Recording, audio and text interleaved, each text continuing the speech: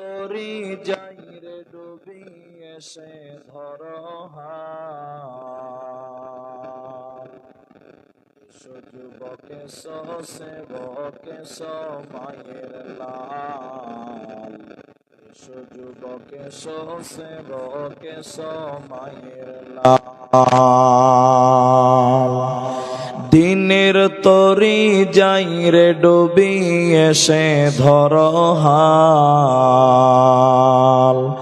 এসো যুবকে সেবকে মায়ের লাল এসো যুবকে সেবকে মায়ের লাল আজ মুসলমানকে যাই না চেনা তার কাটিং শাটিং এ আজ মুসলমানকে কাটিং শাটিং এ হালাল ফেলে মেতেছে সব মদারাফিং এ জাতি কুল এসো যুবকে সেবকে মায়ের লাল আজ পূবের দেশে ঘর বেদেশে পশ্চিমী সভ্যতা আজ পূবের দেশে ঘর বেদেশে পশ্চিমী সভ্যতা তাই নাদানেরা খুব মেতেছে করাতে ভদ্রতা বুঝলি না রে বুঝবি রে তো এটা ইমান ধ্বংসের কল এসো যুবকে সেবকে মায়ের লাল এসো যুবকে সেবকে মায়ের লাল আজ মায়ের জাতি নারীরা সব বিকাই যে বাজারে সব বিকাই যে বাজারে পেটের দায়ে ইজ্জত হাতে ঘুরছে দারে দারে লোকে টাকার লোভ দেখিয়ে করছে না যে হাল এসো যুবকে সেবকে মায়ের লাল এসো যুবকে সেবকে মায়ের লাল দিনের তরি যাই রে ডুবি এসে ধরো হাল এসো যুবকে সেবকে মায়ের লাল এসো যুবকে সেবকে মায়ের লাল উপস্থিত চলমান সভার যোগ্যতম সভাপতি স্টেজে ওলামায়ে কেরাম আমার সামনে বসে থাকা গুটি কয়েক দিনদার ইমানদার মুমিন ভাই সকল দুয়ার কান্টারি মুরব্বী সমাজ স্নেহের কচি কাঁচা পর্দার অন্তরালে বসে থাকা মুমিনা সলেহা মা ও বোনেরা প্রাণ প্রিয় ছত্রহাটি তপন দক্ষিণ দিনাজপুরবাসী প্রশংসা সেই মহান মনিবের দরবারে যিনি আমাদেরকে এক মসজিদ কেন্দ্রিক আয়োজিত মাহফিলে বসিয়ে কোরআন এবং হাদিসের কথা বলার আপনাদের শ্রবণ করার যিনি তৌফিক ইনায়াত করেছেন সেই মহান মনিবের দরবারে শুকরিয়া জ্ঞাপন করি আমরা সকলেই একবার বলি আলহামদুলিল্লাহ। দরুদ ও সালাম বর্ষিত হোক সরকারে কায়নাত তাজদারে মাদানী নবী কুল শিরোমণি ইমামুল আম্বিয়া নবী মক্কি নবী মাদানী নবী আহমদ নবী মুহাম্মদুর রাসূলুল্লাহ বলুন সাল্লাল্লাহু আলাইহি ওয়াসাল্লাম। मोहतरम भाइयों अजीजों नौजवान साथियों कुरानुल करीम 30 पारा সূরা গাসিয়ার শেষের আয়াত তেলাওয়াত করেছি। 30 পারা 104 নম্বর সূরা হুমাজার দুটি আয়াতের টুকরো তেলাওয়াত করেছি। হাদিসে নববী থেকে দুই জায়গা থেকে দুটি হাদিসের টুকরো পাঠ করেছি। উল্লেখিত আয়াত এবং হাদিসকে কেন্দ্রবিন্দুর মধ্যে রেখে কিছু কথা বলবো, যদি আল্লাহ তৌফিক দেন তো। আলাইহি তাওয়াক্কালতু ওয়া ইলাইহি উনীব। যারা শ্রোতা হিসেবে এসেছেন, আমি আপনাদের একটি মাত্র আবেদন করে আমি আমার আলোচ্য বিষয় বলবো। কারণ খুব শীত এবং খুব ঠান্ডা, অনেক ঠান্ডার রাত্রি, এত কষ্টে করেও আপনারা বসে আছেন, তাই আপনাদের এই মূল্যবান সময়টুকু নষ্ট করব না। আপনাদেরকে এইটুকু আবেদন করব যে আমি কিছু জিজ্ঞাসা করলে আপনারা উত্তর দেবেন। বলুন একবার ইনশাআল্লাহ। জি, আপনারা যদি কথা বলেন বা উত্তর দেন তাহলে আমার বুঝাতে সুবিধা হবে আর আপনাদেরও বুঝতে সুবিধা হবে। বাস এটুকুই। আমি আপনাদের সামনে আজকে যে বিষয়টি নিয়ে কথা বলবো সেটি হলো সুসংবাদ প্রাপ্ত লোক কারা। আল্লাহর জান্নাতের সুসংবাদ পাবে কারা? আল্লাহর জান্নাতের সুসংবাদ পেতে গেলে আমাদেরকে কোন কোন গুণে গুণান্বিত হতে হয়, এই ব্যাপারে কিছু কথা বলবো ইনশাআল্লাহ। আলাইহি তাওয়াক্কালতু ওয়া ইলাইহি উনীব। হাদিসের ভিতরে আছে, নবীজি দুনিয়াতে 10 জন মানুষকে জান্নাতের সংবাদ দিয়েছিলেন। আবু বকর জান্নাতি, উমর জান্নাতি, উসমান জান্নাতি, আলী জান্নাতি রাদিয়াল্লাহু তাআলা আনহুম।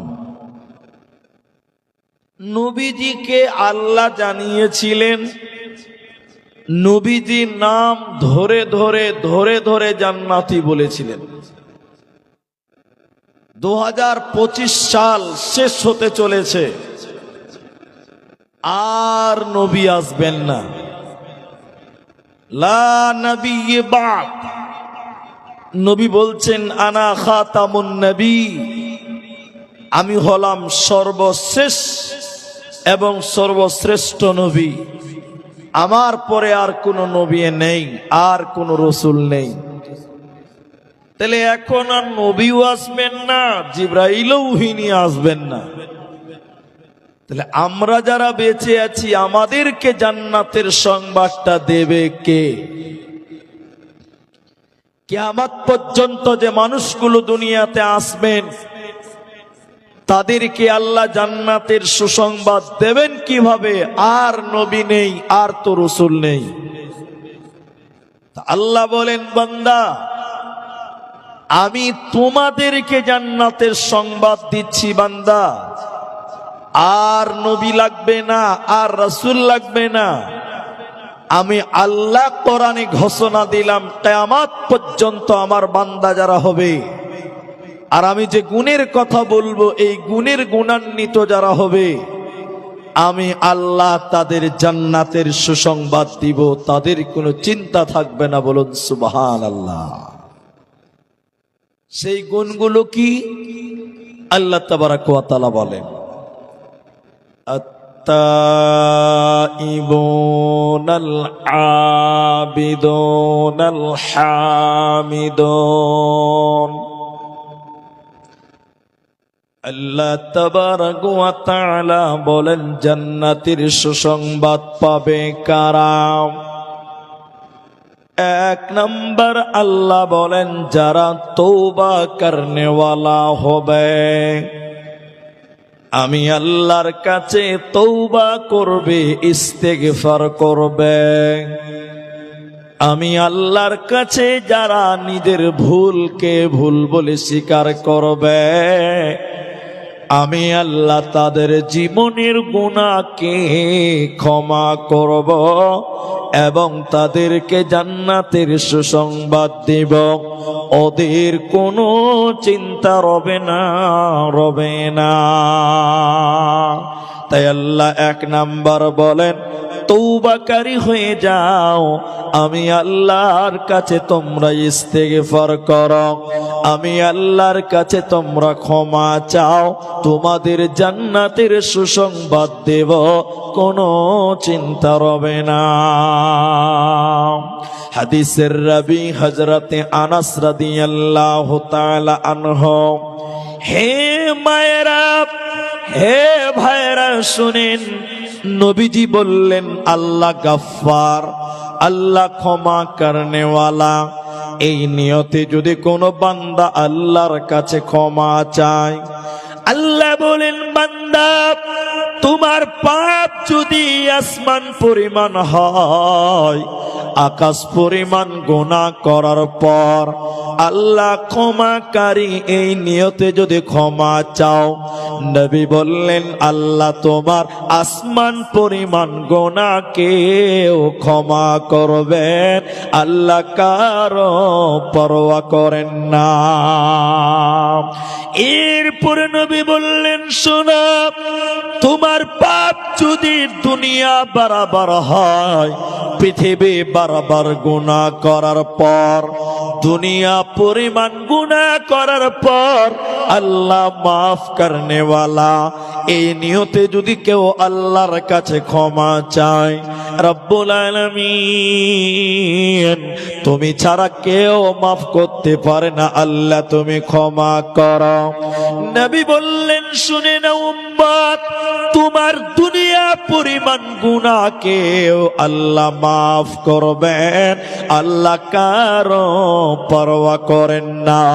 অতএব মুসলমান, তোমার গুনাহ হতেই পারে, তুমি আল্লাহর কাছে ক্ষমা চাও, আল্লাহ জীবনের সমস্ত গুনাহ তিনি মাফ করে দেবেন। তিনি চরম পরম দয়ালু মেহেরবান, তিনি ক্ষমা করনেওয়ালা। অতএব আল্লাহর কাছে তওবা করে না।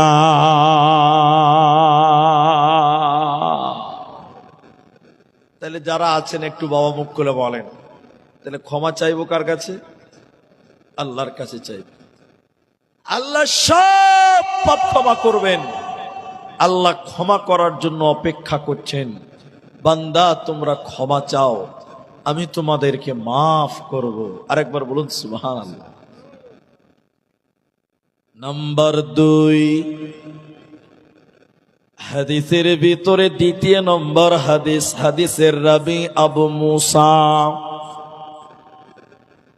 যখন মাগরিবের আযান হয়ে যায়, সূর্য ডুবে যায়, রাত্রি আরম্ভ হয়, আল্লাহ নিজের হাত এই রকম পৃথিবীর দিকে বাড়িয়ে দেয়। আল্লাহ দুনিয়ার দিকে হাত বাড়িয়ে দিয়ে বলতে থাকে, হে দিনের পাপীরে, যারা দিনের বেলায় পাপ করেছ, গুনাহ করেছ, আমি আল্লাহ রাত্রি বেলায় তোমাদের দিকে হাত বাড়িয়েছি। বান্দা তোমরা আমি আল্লাহর কাছে মাপ চাও, আমি তোমাদের দিনের পাপকে রাত্রি বেলায় মাফ করব বান্দা।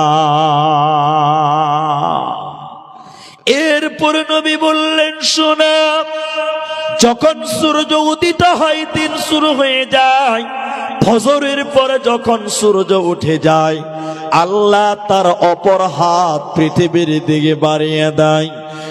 আল্লাহ বলতে থাকে, হে রাতের পাপী, যারা রাতের বেলায় গুনাহ করেছ, চুরি করেছ, জিনা করেছ, বিভিন্ন গুনাহ করেছ, আমি আল্লাহ দিনের বেলায় তোদের দিকে হাত বাড়িয়েছি। বান্দা তোরা আমি আল্লাহর কাছে ক্ষমা চা, আমি তোদের রাতের পাপকে ক্ষমা করে দিব বান্দা। নবীজি বললেন, শুনে নাও, যতদিন সূর্য উল্টো দিক থেকে না উঠবে, কিয়ামতের আগে আগে সূর্য উল্টো দিক থেকে উঠবে। নবী বলেন যতদিন সূর্য উল্টো দিক থেকে না উঠবে ততদিন আমার আল্লাহ পৃথিবীর দিকে হাত বাড়িয়ে বান্দাদেরকে ডাকবে, বান্দা তোরা আমি আল্লাহর কাছে ক্ষমা চা, বান্দা তোরা আমি আল্লাহর কাছে ইস্তেগফার কর, আমি তোদের জীবনের গুনাহকে মাফ করে জান্নাতি বানিয়ে দেব। তাই আমার আল্লাহ বলেন যারা জান্নাতের সুসংবাদ নিবে রে তাদের প্রথম গুণ হলো তারা আমি আল্লাহর কাছে তওবা করবে, আমি আল্লাহ তাদের গুনাহকে মাফ করে জান্নাতি বানাবো, ওদের কোনো চিন্তা রবে না, রবে না, রবে না।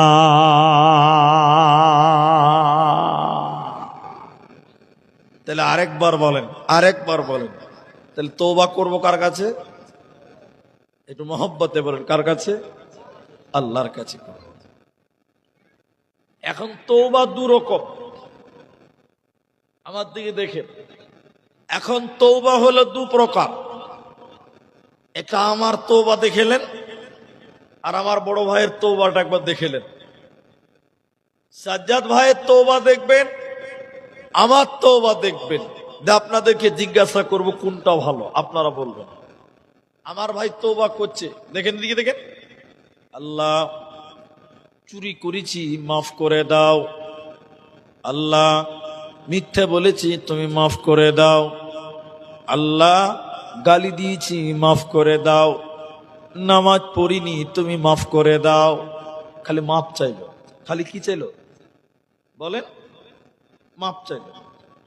আমি এবার তওবা করছি, আল্লাহ আর মিথ্যা বলবো না, আর চুরি করব না, আর নামাজ ছাড়বো না। আমি কিন্তু মাফ চাইনি, একবারও মাফ চাইলাম না আমি। আর আমার ভাই খালি মাফ চাইলো, মাফ করো, মাফ করো, মাফ করো। এতটি লোক আছেন, একটু মুখ খুলে বলেন তওবা কারটা ভালো, ওনারটা না আমারটা? সাজ্জাদ ভাইয়েরটা ভালো, ওটা আমারটা ভালো? আমি মাফ চাইনি তাও ভালো না? আচ্ছা, কেউ বলছে ওনারটা ভালো, কেউ বলছে আমারটা ভালো। এবার দুটোর মধ্যে পার্থক্য কি দেখেন, কোনটা ভালো? আসলে আমারটা ভালো। ভালো কারটা? আমারটা। বলেন কারটা? আমারটা। বলে কেন? ও বলছে আল্লাহ নামাজ পড়িনি মাফ করে দাও, চুরি করেছি মাফ করে দাও, মানে আবার চুরি করব। কি বলছেন? চুরি করেছি মাফ করো মানে কি আবার চুরি? আল্লাহ মিথ্যা বলেছি মাফ করে দাও, মানে আবার মিথ্যা বলবো, একটা চান্স আছে। আর আমি কি বলছি? আর মিথ্যা বলবো না, আর চুরি করব না, আর গুনাহ করব না। কোন মানুষ যখন তার গুনাহকে ভুল বুঝতে পারে, আল্লাহর কাছে তওবা করে, গুনাহ থেকে ফিরিয়ে নেকি শুরু করে, মুহাদ্দিসগণ বলেন আল্লাহ তার অতীতের গুনাহকে কেটে দিয়ে নেকি বানিয়ে দিবে। বলুন সুবহানাল্লাহ। তাহলে আল্লাহর কাছে কি বলবেন? আর চুরি করব না, আর গুনাহ করব না, আর নামাজ ছাড়ব না। নবী বললেন তোমরা যদি আল্লাহর কাছে তওবা করো, আল্লাহ তোমাদের গুনাহকে নেকি বানিয়ে দেবে, তোমাদের কোনো চিন্তা রবে না। আরেকটা হাদিস শোনাবো আপনাদেরকে তওবার ব্যাপার। একটা রাখাল গেছে, রাখাল উট চড়াতে, উট চড়াতে, উটের রাখাল। তো উট তো আর আমাদের দেশে নাই, রাজস্থানে আছে, মরুভূমির দেশে আছে। তো উট চড়াতে গেছে মরুভূমিতে, 7 দিন 8 দিন খাবার নাই, রাখাল বাড়িতে আসবে না। তো রাখালের খাবার নিয়ে যেতে হবে। একটু হ্যাঁ বলেন। রাখাল খাবার নিয়ে উটের পিঠের উপরে রেখেছে, আর উট আপনার চড়ছে, উট চড়ছে। তো রাখাল কোন এক জায়গাতে একটু বসে গেছে, বসে থাকতে থাকতে থাকতে থাকতে ধুলতে লেগে গেছে, চোখ লেগে গেছে। আমি এখনই ছিলাম শুয়ে থাকতে থাকতে কখন ঘুমিয়ে গেছি। তো রাখালের উপর, রাখালের খাবার রয়েছে উটের উপরে, উট চড়ছে, রাখাল কোন এক জায়গায় বসে আছে। বসে থাকতে থাকতে একটু চোখটা লেগে গেছে, ঘুমিয়ে গেছে। ঘুম থেকে উঠে দেখছে ইন্না লিল্লাহ, সামনে আর উট নাই। উট যে নাই, উট চলে গেছে। 7 দিন পর আপনি উট ঘুরে চলে আসবে। কিন্তু বলেন, উট যে এখন 7 দিন চড়ে বেড়াবে, রাখালকে খেতে হবে, খাবারটা তো উটের উপরে আছে। তাহলে ঘটনা কি গেল বলুন তো? আমার উটও গেল, খাবারও, ওই যে বলছে আমার আমও গেল, ছালাও গেল। ওই রকম হইতো কেস। এ বেচারা খুব চিন্তা করছে, রাখাল, এটা হাদিস, আমার উট চলে গেল, খাবারটাও চলে গেল রে। উট খুঁজতে খুঁজতে খুঁজতে খুঁজতে খুঁজতে খুঁজতে হয়রান হয়ে গেছে। বেচারা রাখাল ক্লান্ত হয়ে আবার এক জায়গাতে দাঁড়িয়ে বসে গেছে। আবার খানিক ঘুম লেগে গেছে, চোখ লেগে গেছে। ঘুম থেকে চোখ খুলে দেখছে আলহামদুলিল্লাহ, তার সামনে উটও হাজির, তার খাবারও হাজির। আচ্ছা আপনারা বলেন, রাখাল খুশি হবে কি হবে না? সবটি লোক বলেন হবে না? ওরে সুবহানাল্লাহ, রাখাল খুশি, মানে খুশি হয়ে বলছে যে আনা রব্বি আনতা আব্দুক, আল্লাহ আমি তোমার আল্লাহ, তুই আমার গোলাম। কাকে গোলাম বলছে? আল্লাহকে গোলাম বলছে। বলছে আল্লাহ আমি তোমার আল্লাহ, তুমি আমার গোলাম। মুহাদ্দিসগণ কলম ধরে বলছে এই রাখালের কোনো গুনাহ হবে না, ইচ্ছা করে বলেনি। এত বড় মিস্টেক হলো কেন?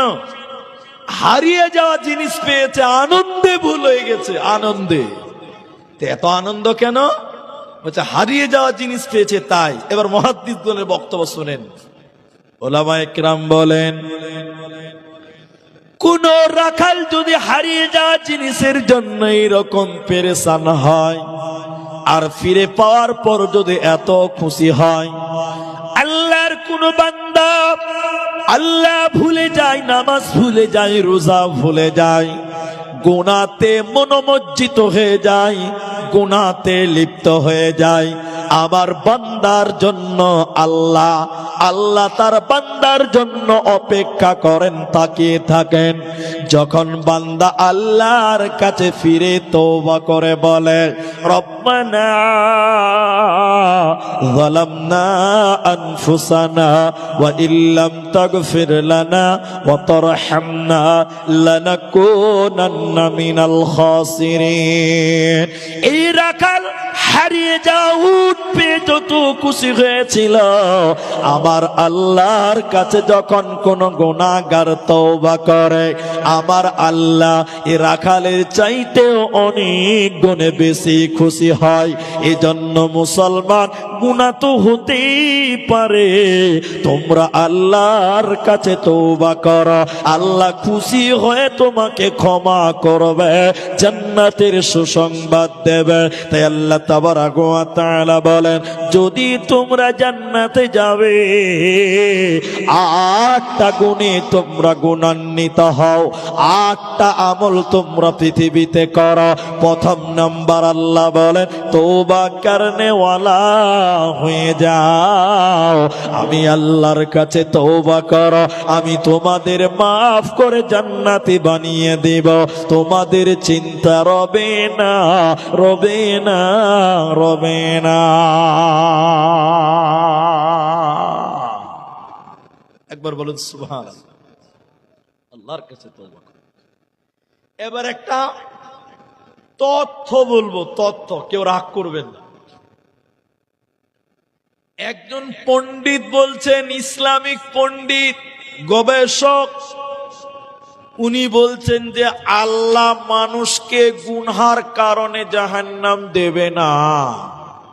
আপনারা একবার বলেন, আল্লাহ মানুষকে গুনার কারণে, বলেন না জি, জাহান্নাম। তাহলে জালসা শুনে লাভ আছে, গান শুনতে চলে জি ভাই। গুনাহ করে যদি জান্নাত জাহান্নাম না দেয়, তাহলে জালসাতে বসে থেকে কি লাভ? এত কষ্ট করে ফজরের নামাজ পড়ে কি লাভ? তাহলে গান শুনবেন, ঘুমিয়ে থাকবেন না, ওটা বলেনি। বলছে আল্লাহ কিয়ামতের দিন বান্দার গুনার কারণে জাহান্নাম দিবে না। জাহান্নাম দেবে কেন? এটা বড় প্রশ্ন। জাহান্নাম দেবেন কেন? এটা বড় প্রশ্ন। আমার দিকে দেখুন, আমাদের নবী বলেছেন, আলেমরা জবাব দিবে, সাক্ষী আছে। নবী বলেছেন কুল্লু বানি আদামা খাত্তাউন, আদমের ছেলে মেয়েরা মানে দুনিয়ার মানুষেরা গুনাহ করবে, ভুল করবে, মানুষের দ্বারা গুনাহ হবে। তাহলে আমরা মানুষ না ফেরেশতা ভাই? একটু বলুন, মানুষ। তাহলে আমাদের দ্বারা গুনাহ হবে, আমাদের নবী বলেছেন। একটু জোরে বলুন, কে বলেছেন? নবী। তাহলে আমাদের ডিউটি হলো গুনাহ করা। আমাদের ডিউটি কি বলেন? গুনাহ করা। 2 নম্বর কথা, আল্লাহর নাম গাফফার, গফুর। আল্লাহ হলেন মাফকারী, ক্ষমাকারী। তাহলে আল্লাহর ডিউটি ক্ষমা করা। সবাই একটু বলুন, আল্লাহর ডিউটি আর মানুষের ডিউটি গুনাহ করা। ভালো করে বুঝেন। এখন মনে করলাম আমার এই ভাইকে কিয়ামতের দিন ফেরেশতাতে ধরেছে, ফেরেশতা এই এই এই চ জাহান্নাম চ। তনু বলছে হ্যাঁ মজা লাগছে, তবে জাহান্নাম যাব? যাব না। ফেরেশতা বলছে আল্লাহ তোমার এই বান্দা জাহান্নাম যাবে না বলছে। তখন আল্লাহ বলছেন এই এই জাহান্নাম গেলি? তখন তো উনি বলবেন আল্লাহ কেন যাব? হ্যাঁ না বলেন? জিজ্ঞাসা করবে না আল্লাহ কেন যাব? তখন যদি আল্লাহ বলে দেয় এদিকে গুনাহ করেছিস তাই জাহান্নাম যা, তখন ও বলবে যে আল্লাহ তোমার নবী বলেছেন আমরা গুনাহ করব, তো আমি গুনাহ করেছি মানে ঠিক কাজ করেছি। কি বলছেন? হ্যাঁ না বলেন? তখন ওই লোকটা বলবে আল্লাহ তোমার নাম গাফফার, তোমার ডিউটি ছিল মাফ করা, আমার ডিউটি গুনাহ করা। তো আমি গুনাহ করেছি মানে ডিউটি পালন করেছি, তোমার ডিউটি মাফ করা, ডিউটি ফাঁকি দিয়েছে কেন বলো? তাহলে বলেন বিপদ কার? বলছে আল্লাহ। আল্লাহ বিপদ হবে যে ভাই? আল্লাহ বিপদ হয়? আল্লাহ যদি বলে দেয় যে কেনে গুনাহ করলি বল, তখন বান্দা বলবে আল্লাহ আমাদের ডিউটি তো গুনাহ করা, আমি ডিউটি পালন করেছি। আল্লাহ তোমার ডিউটি ক্ষমা করা, ডিউটি কেন ফাঁকি দিয়েছ বলো? তাহলে আল্লাহ টিকতে পারবে? পারবে না। এই জন্য মুহাদ্দিসগণ বলছে জিনা কিয়ামতের দিন আল্লাহ বলবে না যে গুনার কারণে জাহান্নাম যায়, এটা বলবে না। তাহলে আল্লাহ কি বলবেন? আল্লাহ বলবেন বান্দা ওই গুনাহটা আমি আল্লাহর কাছে তওবা না করার কারণে জাহান্নাম যা। তোরা গুনাহ করেছিস ঠিক আছে, গুনাহটা আমি আল্লাহর কাছে মাপ না চাওয়ার কারণে, আমি আল্লাহর কাছে ক্ষমা না চাওয়ার কারণে তোরা জাহান্নাম যা। আমি তোদের বারবার বলেছিলাম বান্দা আমি আল্লাহর কাছে তওবা কর, তুবু ইলাল্লাহ, আমি আল্লাহর কাছে তওবা কর। হতভাগা মানুষ রে, আমি আল্লাহর কাছে ক্ষমা না চাওয়ার কারণে আজকে তোমাদেরকে জাহান্নাম যেতে হবে, তোমাদের বাঁচার উপায় রবে না, রবে না, রবে না। এই জন্য আল্লাহ তাবারাক ওয়া তাআলা বলেন 8টা গুণ যার ভিতরে থাকবে আমি আল্লাহ জান্নাত দিব। ওর ভিতরে 1 নাম্বার হলো তওবাকারী হয়ে যাও, আমি আল্লাহর কাছে ক্ষমা চা, আমি তোদেরকে মাফ করে জান্নাতি বানিয়ে দেব, তোদের চিন্তা রবে না, রবে না। নাম্বার 2 আল্লাহ বলেন আল আবিদুন ইবাদতকারী হয়ে যা। সবাই বলুন ইবাদত করব কার? এবার আল্লাহ মহব্বতে বলুন ইবাদত করব কার? আল্লাহ। একটা মুমিন লোকের পা থেকে মাথা পর্যন্ত টোটাল জিন্দেগিটা হবে ইবাদত। একবার বলুন ইনশাআল্লাহ। আপনি বলবেন কেমন করে মুলি সাহেব? আর আমি আপনাকে দেখাচ্ছি। একটা মুমিন রাস্তা দিয়ে হাঁটবে, ওই হাঁটাটাও ইবাদত হবে। একটা মুমিন ঘুমাবে, ঘুমানোটাও মুমিনের ইবাদত হবে। একটা মুমিন বাথরুমে যাবে, পায়খানা পেশাবখানায়, ওটাও তার জন্য ইবাদত হবে। একবার সুবহানাল্লাহ বলবেন না? আপনি বলবেন মোল্লা সে পায়খানাতে যাবে তাও ইবাদত? বলে হ্যাঁ, ওটাও ইবাদত। একটু ধৈর্য ধরেন ভাই, আমার দিকে টেনশন থাকে। বলে বাথরুমে যাবে সেটাও ইবাদত, এটা কেমন করে হুজুর? এবার আমি আপনাকে বলছি। প্রথমে দোয়া পড়বেন, প্রথমে বাঁ পা দিবেন, তারপরে ঢুকবেন, প্রয়োজনীয় কাজ বাথরুমে সারবেন, প্রথমে ডান পা দিবেন, এরপরে দোয়া পড়ে বের হবেন। রসুলের পদ্ধতিতে যদি কেউ টয়লেটে যায়, বাথরুমে যায়, আপনি বাথরুম করবেন, ফেরেশতারা আমল নামাতে নেকি লিখবে। বলুন সুবহানাল্লাহ। এটা আমল হয়ে যাবে। আপনি রাস্তায় হাঁটবেন, এটাও আপনার ইবাদত। কি করে ইবাদত? বাড়ি থেকে বের হবেন, তখন দোয়া বলবেন। কি দোয়া বলবেন? বিসমিল্লাহি তাওয়াক্কালতু আলাল্লাহ লা হাওলা ওয়ালা কুওয়াতা ইল্লা বিল্লাহ। এই দোয়া পড়ে বের হবেন। ডান দিকে হাঁটবেন। কোন দিকে হাঁটবেন? তারা বলে না কথা। ডান দিকে হাঁটবেন, কিন্তু দেশের সরকার বলছে বাঁ দিকে চলতে হবে, তাহলে তো ঝামেলা লেগে গেল। ইসলাম বলছে ডান দিকে হাঁটো, দেশের সরকার বলছে বাঁ দিকে হাঁটো। কোন দিকে হাঁটবে? একটা লোক বলছে মুলি সাহেব বাড়ি থেকে বের হবো না, আমি বাড়িতেই থাকবো, সমস্যাটা আমি নাই। কি করবেন? হ্যাঁ, ওলামায়ে কেরাম মধ্যস্থতা করেছেন, বলেছেন যখন দোয়া পড়ে বাড়ি থেকে বের হবে, প্রথমে 2-4 মিনিট ডান দিকে হাঁটো, এরপরে বাঁ দিকে চলে যাও। তাহলে ইসলামের আইন মানা হলো, দেশের আইনও মানা হয়ে গেল। কথাকে বুঝাতে পারলাম? তাহলে এইভাবে যদি আপনি বাড়ি থেকে বের হন, রাস্তায় চলেন, আল্লাহর আইন মানার কারণে আল্লাহ আপনার আমল নামাতে নেকি লিখতে থাকবেন। বলুন সুবহানাল্লাহ। আমরা নেকি খুঁজে পাই না, আল্লাহর নেকি। আল্লাহ বলছেন তোমরা ইবাদতকারী হয়ে যাও। হার হালাতে, বিশেষ করে আপনাদের ইবাদত 5 ওয়াক্তের নামাজ যেন কখনো ছুটে না যায়, চেষ্টা করব। বলুন ইনশাআল্লাহ। নাম্বার 3, আমার মায়েরা, আমার বোনেরা, আপনারাও শোনেন। আল্লাহ বলেন জান্নাতে যেতে গেলে 3 নাম্বার আমল শোনো। আলহামিদুন, আমি আল্লাহর তোমাদেরকে প্রশংসা করতে হবে, আল্লাহর শুকরিয়া আদায় করো। জান্নাতি লোক না শুকরিয়া করতে পারে না। তুমি সুখে থাকো চাই দুঃখে থাকো, যে অবস্থায় যেভাবেই থাকো না কেন, আল্লাহর শুকরিয়া আদায় করো মুসলমান, তুমি না শুকরিয়া করবে না। তাই আল্লাহ তাবারাক ওয়া তাআলা 3 নাম্বার বলেন আলহামিদুন, প্রশংসাকারী হয়ে যাও তোমরা মুসলমান। আমি আল্লাহ শুকরিয়া আদায় করো, আমি তোমার নিয়ামতকে বাড়িয়ে দিব, আমি তোমার নিয়ামতের ভান্ডারকে বাড়িয়ে দিব। মুসলমান নাশুকরি করতে পারে না। সবাই একবার বলেন আলহামদুলিল্লাহ। এটা প্রশংসা। বলুন প্রশংসা করব কার?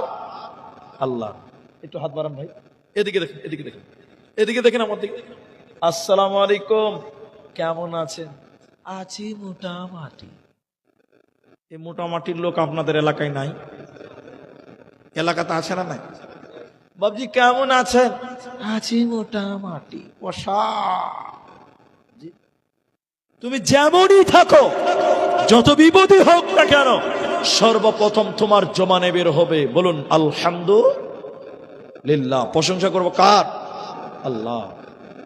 কি করে নাশুকরি করেন ভাই? কি করে বলেন মোটামুটি? উপন্যাস শোনাচ্ছি আপনাকে, আমরা পড়েছি আলেমেরা।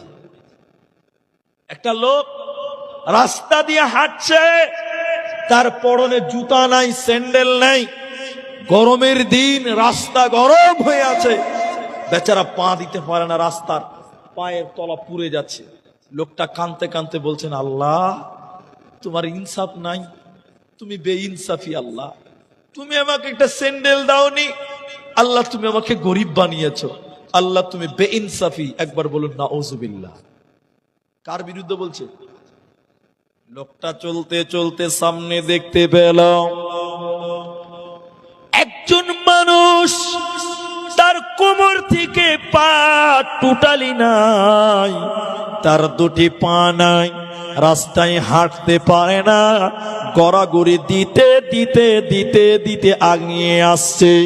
এই লোকটা তখন তাকে দেখে আল্লাহর কাছে তওবা করল, আল্লাহ তুমি আমাকে মাফ করো, আল্লাহ তোমার হাজার শুকরিয়া, আমার স্যান্ডেল নাই তো কি হয়েছে আল্লাহ, ওই লোকের তো তুমি দুটা পা দাও নাই, আমার দুটি পা আছে আল্লাহ, তোমার হাজার শুকরিয়া। হে মুসলমান, আল্লাহর বিরুদ্ধে গিয়েও না, আল্লাহকে গালি দিও না, তোমার চাইতে বড় লোককে তুমি দেখিও না। তোমার বাড়িতে চাল আছে, ধান আছে, পৃথিবীতে এমনও মানুষ আছে যাদের বাড়িতে 1 কেজি চালও থাকে না, আল্লাহ তার চাইতে তোমাকে ভালো রেখেছে।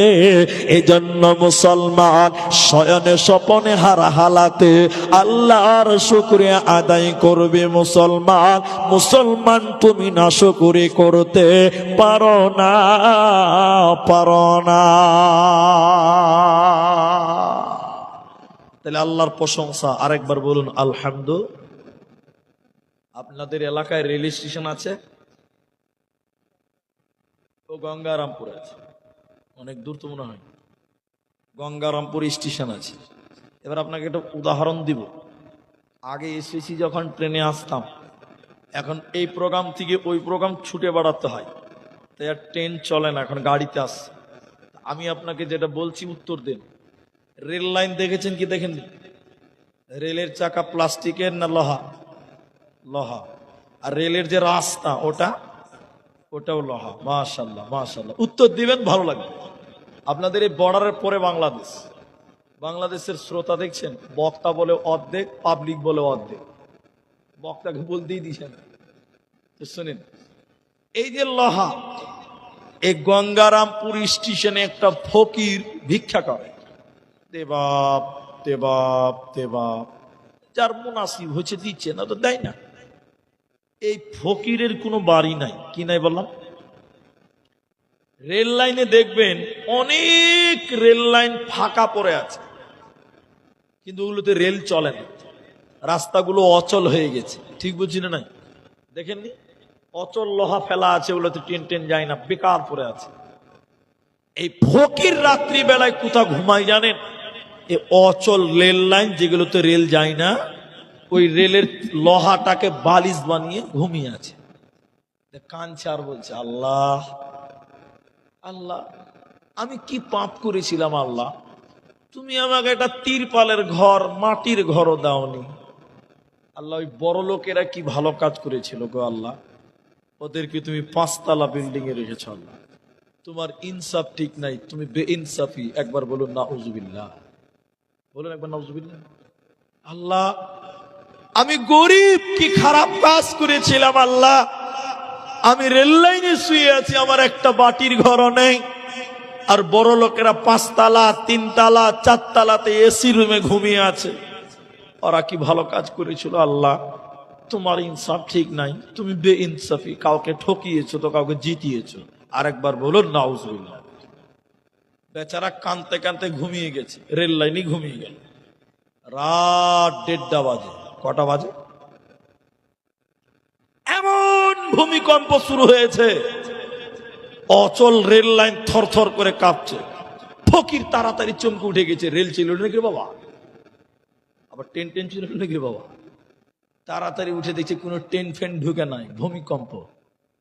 ভূমিকম্প হচ্ছে তো এত জোরে ভূমিকম্প, গঙ্গারামপুরের 3 তলা 4 তলা বিল্ডিং গুলো মাটির তলে ফেটে ফেটে ভুজ ভুজ করে ঢুকছে।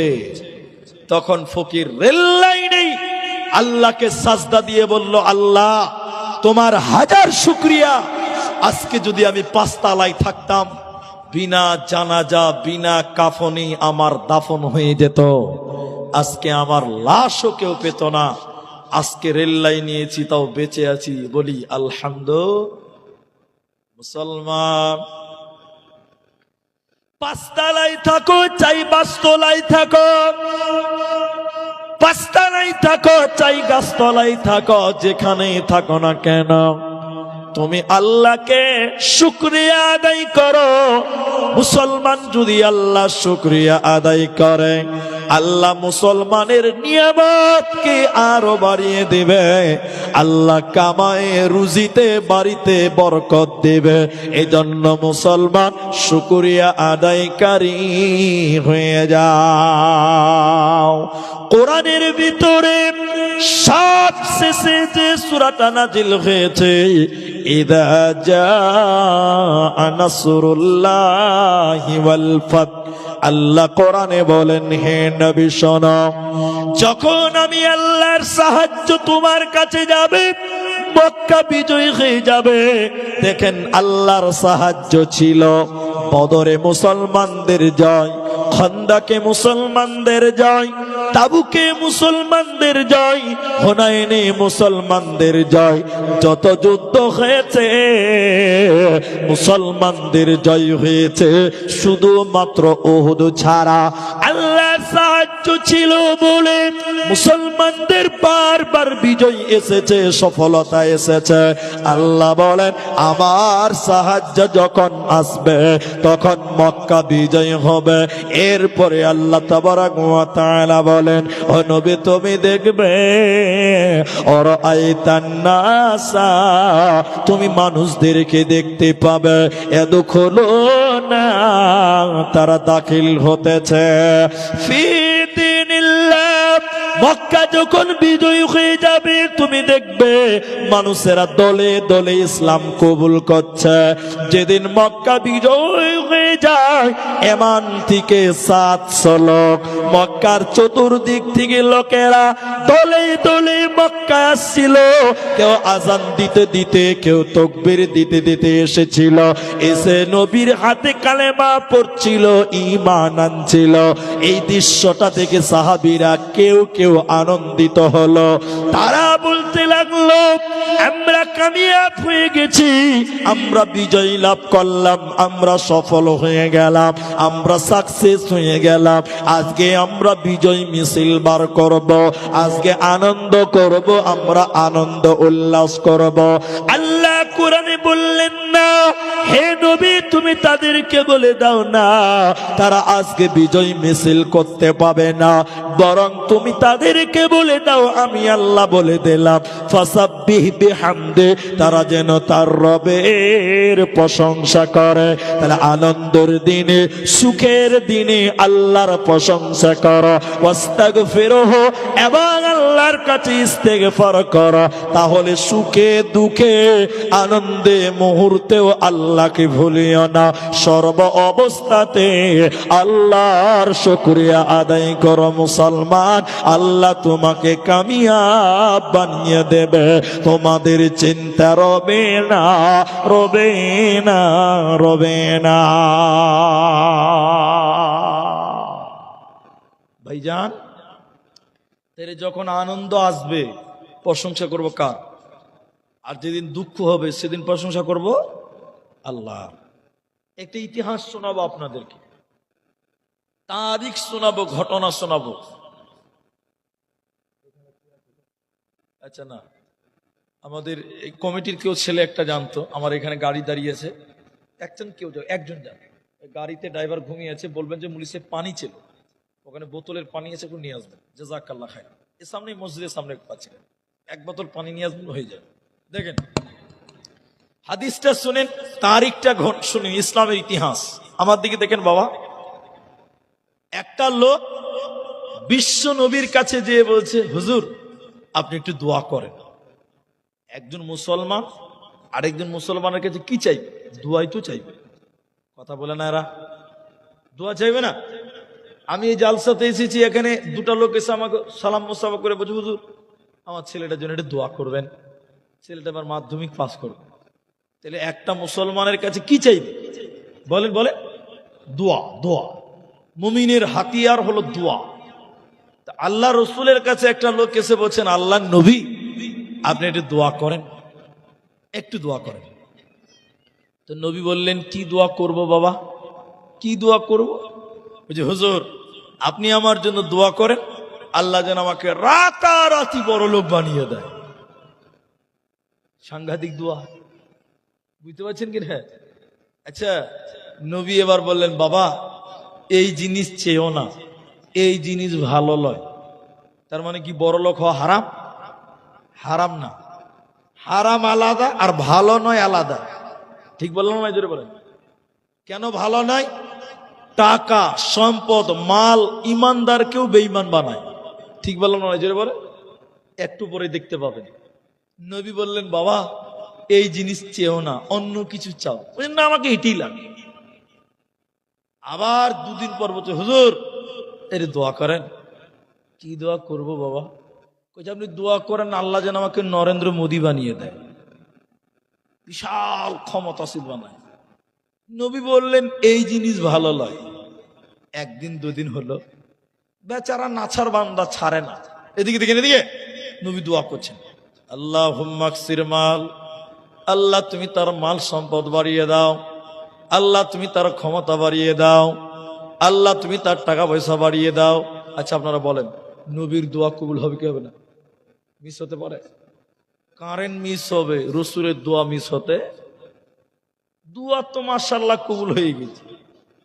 বেশ কয়েকদিন পর ভদ্রলোককে মসজিদে দেখতে পাওয়া যায় না। কোথা দেখতে পাওয়া যায় না?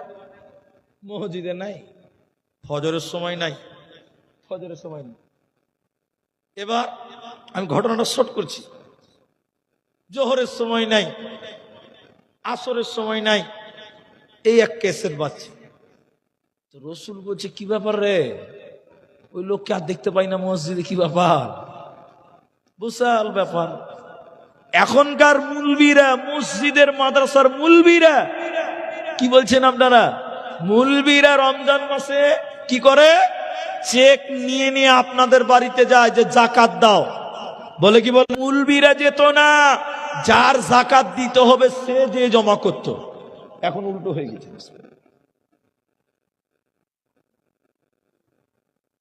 তাহলে নবীর যুগের লোকেরা নিজের জাকাত নিজে পৌঁছাতো। আল্লাহ নবী বলছে, কি ব্যাপার রে, লোকটা নামাজ পড়ে না, অনেক উটের মালিক, বাগানের মালিক, জাকাতও দেয় না। দুটা লোককে পাঠিয়েছে, যা তো একটু খবর লাও তো, নামাজটা পড়ে না কেন আর ওই জাকাতটা দেয় না কেন, একটু খোঁজ লাও, যাও। এরা দুটা ডালি কিংবা বস্তা নিয়ে ওর বাড়ি গিয়েছে। বাড়িতে আছো? বলছে, হ্যাঁ আছি, এসো। কে তোমরা? বলছে, আমাদেরকে রসুল মোহাম্মদ বলুন সাল্লাল্লাহু আলাইহি সাল্লাম পাঠিয়েছে। তো কি খবর? বলছে যে ভাই সবাই তো জাকাত দিয়ে এলো, তো তুমি যে জাকাত দিছ না গো, রসুল জাকাতের জন্য পাঠিয়েছে, কি জাকাত আছে হিসাব করে দাও। তখন লোকটা বলছে, কে পাঠিয়েছে? মোহাম্মদ। ওর বাবার কামাই চাইলেই পাওয়া যায়, ওর বাপের সম্পত্তি পড়ে আছে চাইলেই পাওয়া যায়। তখন সাহাবী দুজন মুখ নিচু করে বলছে, ঠিক আছে দিবা না? ঠিক আছে। আচ্ছা তুমি নামাজ পড়ো না কেন ভাই? তুমি তো বেশ নামাজি ছিল, ফজরের সময় জামাতে নামাজ পড়তে। তখন দুঃখের কথা শুনে যে দেখেন, ওই যে ভাই ফজরে আজান দাও কটায়? বলে 5টায়। যখন মসজিদে আজান হয়, আমার কর্মচারী আছে অনেকগুলো, ওদেরকে উঠাতে উঠাতে সকাল 6:30 বাজে, ফজরের নামাজ পড়তে পারি না। তাহলে বলেন মাল ভালো না খারাপ? মানুষকে বেঈমান বানানো। তখন বর্ণনাকারী বললেন, ছিলে কোথায়, এলে কোথায়, যাবে কোথায়? কথা বুঝতে পারলেন? ছিলে কোথা, রসুলের পেছনে তুমি ছিলা, এসেছো কোথায়? আজকে নামাজ পড়ো না, আজকে জাকাত দিলে না, যাবে কোথায়? না জাহান্নাম যাবে। মুহাদ্দিসগণ বলেন, মুমিন শোনো, আল্লাহ তোমাকে সম্মান দিয়েছে, বড় লোক বানিয়েছে, তখন বেশি বেশি প্রশংসা করো, বেশি বেশি দান করো, সাদকা করো। আল্লাহ তোমার ওই মালে আরো বরকত দিবে, আল্লাহ বরকতে আরো ভরপুর করবে, তোমাকে কামিয়াব বানিয়ে দেবে। এজন্য আল্লাহ কোরআনে বললেন, শুনে নাও, বিপদে আপদে সুখে দুঃখে আল্লাহর প্রশংসা করো, আল্লাহকে গালি দিও না, আল্লাহর বিরুদ্ধে যেও না। সর্ব অবস্থায় যদি শুকরিয়া আদায় করো, আল্লাহ তোমাদের দুনিয়ার পার্থিব জীবনে তোমাদের আয়োন্নতিতে বরকত দেবে। তিনি হলেন বরকতের মালিক আল্লাহ। আল্লাহ তাবারাক ওয়া তাআলা 4 নাম্বার বলেন, যদি জান্নাতের সুসংবাদ নেবে মুসলমান, তোমরা সিয়াম পালনকারী হয়ে যাও, আস-সাইহুন, রোজাদার হয়ে যাও। কারণ জান্নাতি কোনোদিন বেরোজাদার হতে পারে না।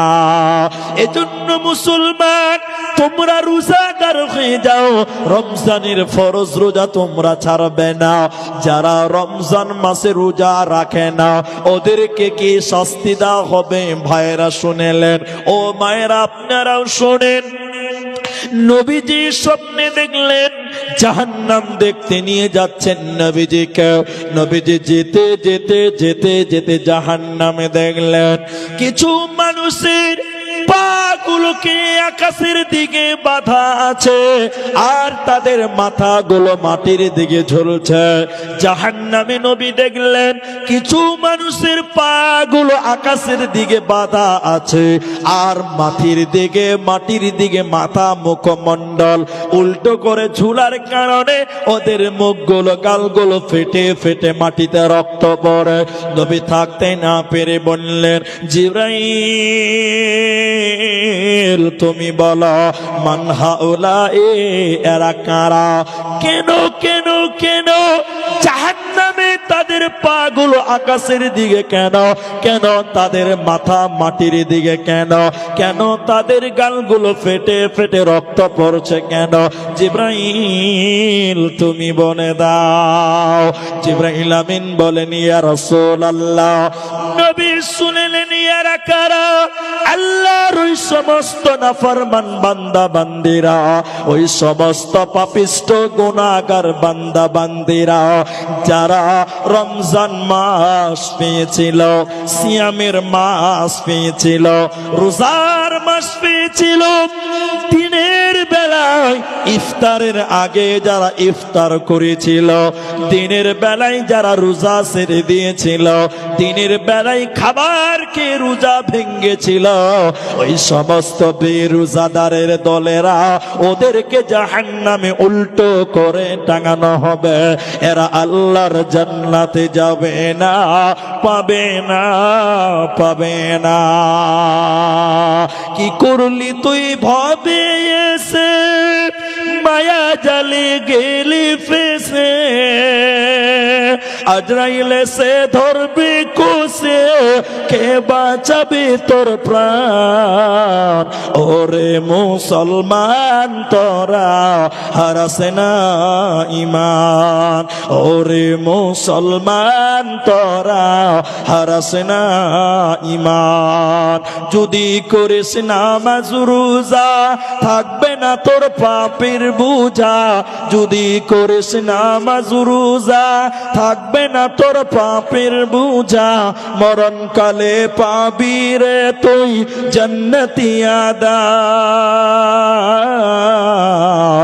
ওরে মুসলমান তোরা হারাস না ইমান, ওরে মুসলমান তোরা হারাস না ইমান। অতএব যারা রোজা রাখবে না, জাহান্নামে উল্টো করে রাখা হবে। এরা জান্নাত পাবে না, দেবে না, মিলবে না। রোজা রাখবো বলুন ইনশাআল্লাহ।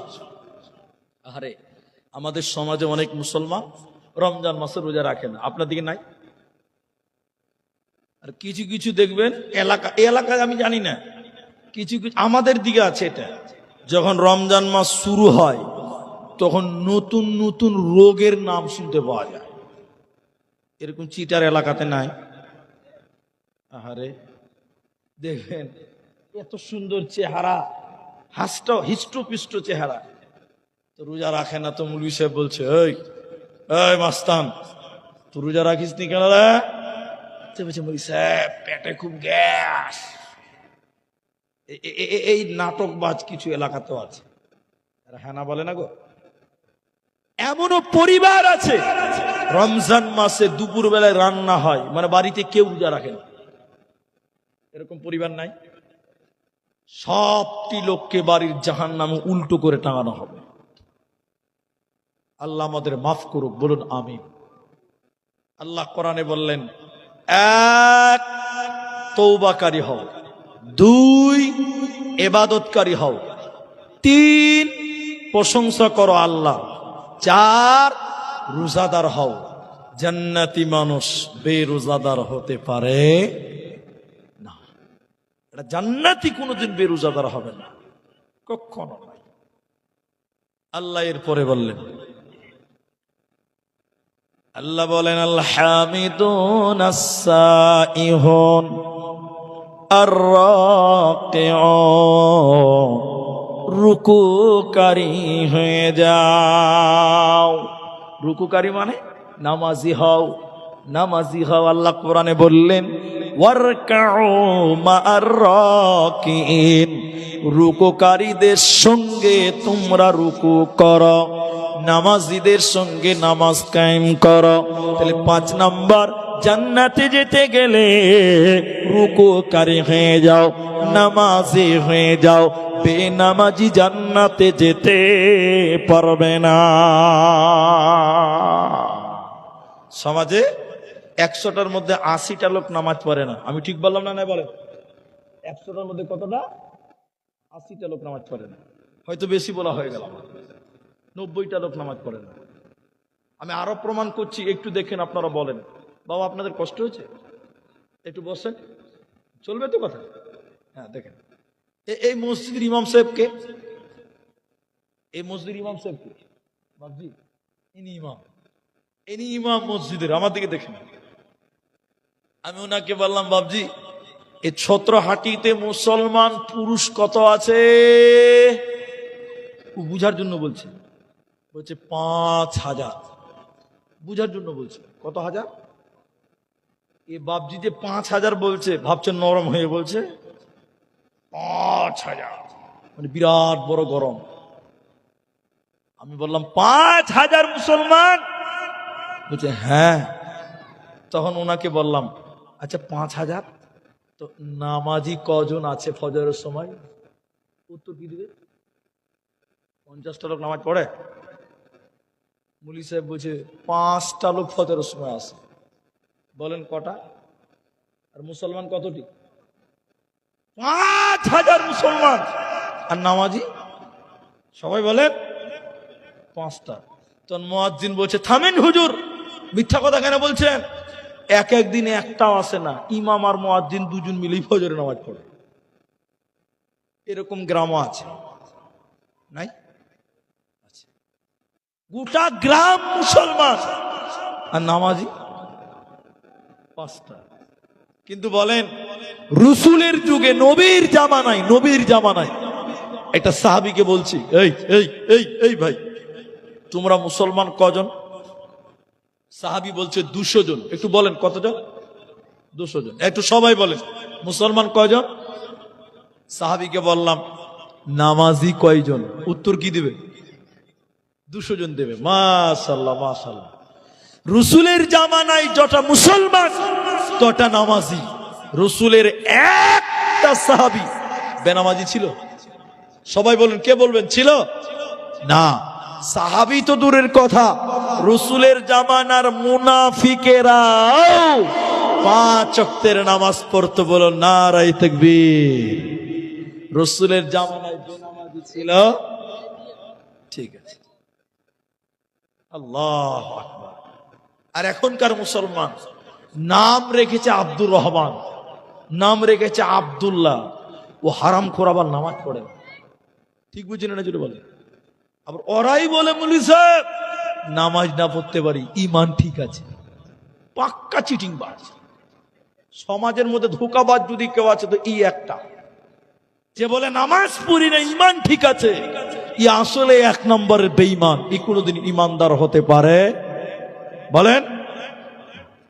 আল্লাহর নবী বললেন,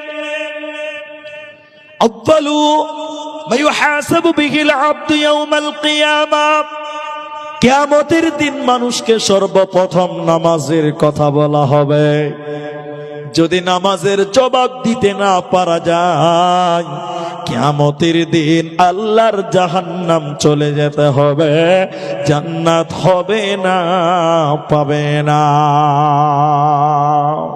জান্নাতীরা জাহান্নামীদেরকে ডাকবে, জাহান্নামীদেরকে ডেকে ডেকে বলবে, হে জাহান্নামীরা, ৭৪ নাম্বার সূরা, সূরা মুদাসসিরের ৪০ নাম্বার আয়াত খুলেন, ২৯ পারাতে আল্লাহ বলেন, জান্নাতীরা জাহান্নামীদেরকে বলেন, রে জাহান্নামীরা, কেন জাহান্নাম গেলে বলা, তোমাদেরকে জাহান্নাম দেওয়া হলো কেন? জাহান্নামীরা কেঁদে কেঁদে ৪খানা কারণ বলবে। আমি ৪টা বলছি না, একটা বলি। জাহান্নামীরা ১ নাম্বার কারণ বলবে, ক্বালু লাম নাকু মিনাল মুসাল্লিন, আমরা দুনিয়াতে নামাজ কায়েম করিনি, আমরা দুনিয়াতে নামাজি ছিলাম না, বেনামাজি ছিলাম, এরই কারণে আল্লাহ জাহান্নাম দিল। অতএব মুসলমান, দান করো, সাদকা করো, জালসা করো, যদি নামাজ না পড়ো কিয়ামতের দিন কোনো কাজে আসবে না। এজন্য আল্লাহ বলেন, ৫ নাম্বার জান্নাতি হবে কারা? যারা নামাজ কায়েম করবে, নামাজি হবে রে, এদেরকে আল্লাহ জান্নাত দেবে, এদের চিন্তা রবে না, রবে না। আরেকবার বলুন, নামাজ পড়বো ইনশাআল্লাহ, কবুল করে নাও, বলুন আমিন। আল্লাহ কবুল করে। তাহলে ৫টা হলো আমার ভাইরা। আর ৩টা বলবো, যারা নড়চড় করছেন, বাইরে ছেলে পেলে কেচার মেচার করছে, একটু মনোযোগী হবেন। এখন যে 3টা বলবো আরো গুরুত্বপূর্ণ। আল্লাহ বলেন, আস-সাজিদুন, সাজদাকারী হও। এখানে যেটি পুরুষ আছেন কেউ মুখ বন্ধ রাখবেন না, সবাই বলুন সাজদা করব কাকে? বলুন, জোরে বলুন, কাকে? আল্লাহ ছাড়া অন্য কাউকে সাজদা করা, সবাই বলুন, যাবে না। কিছু কিছু লোক মাজারে সাজদা করছে। আপনার দিকের লোক মাজারে সাজদা করে? মাজারে সাজদা করে? মাজারে যাওয়া আলাদা কথা, কিন্তু মাজারে সাজদা করে? আল্লাহ, তাহলে কি বলবো আপনাদেরকে?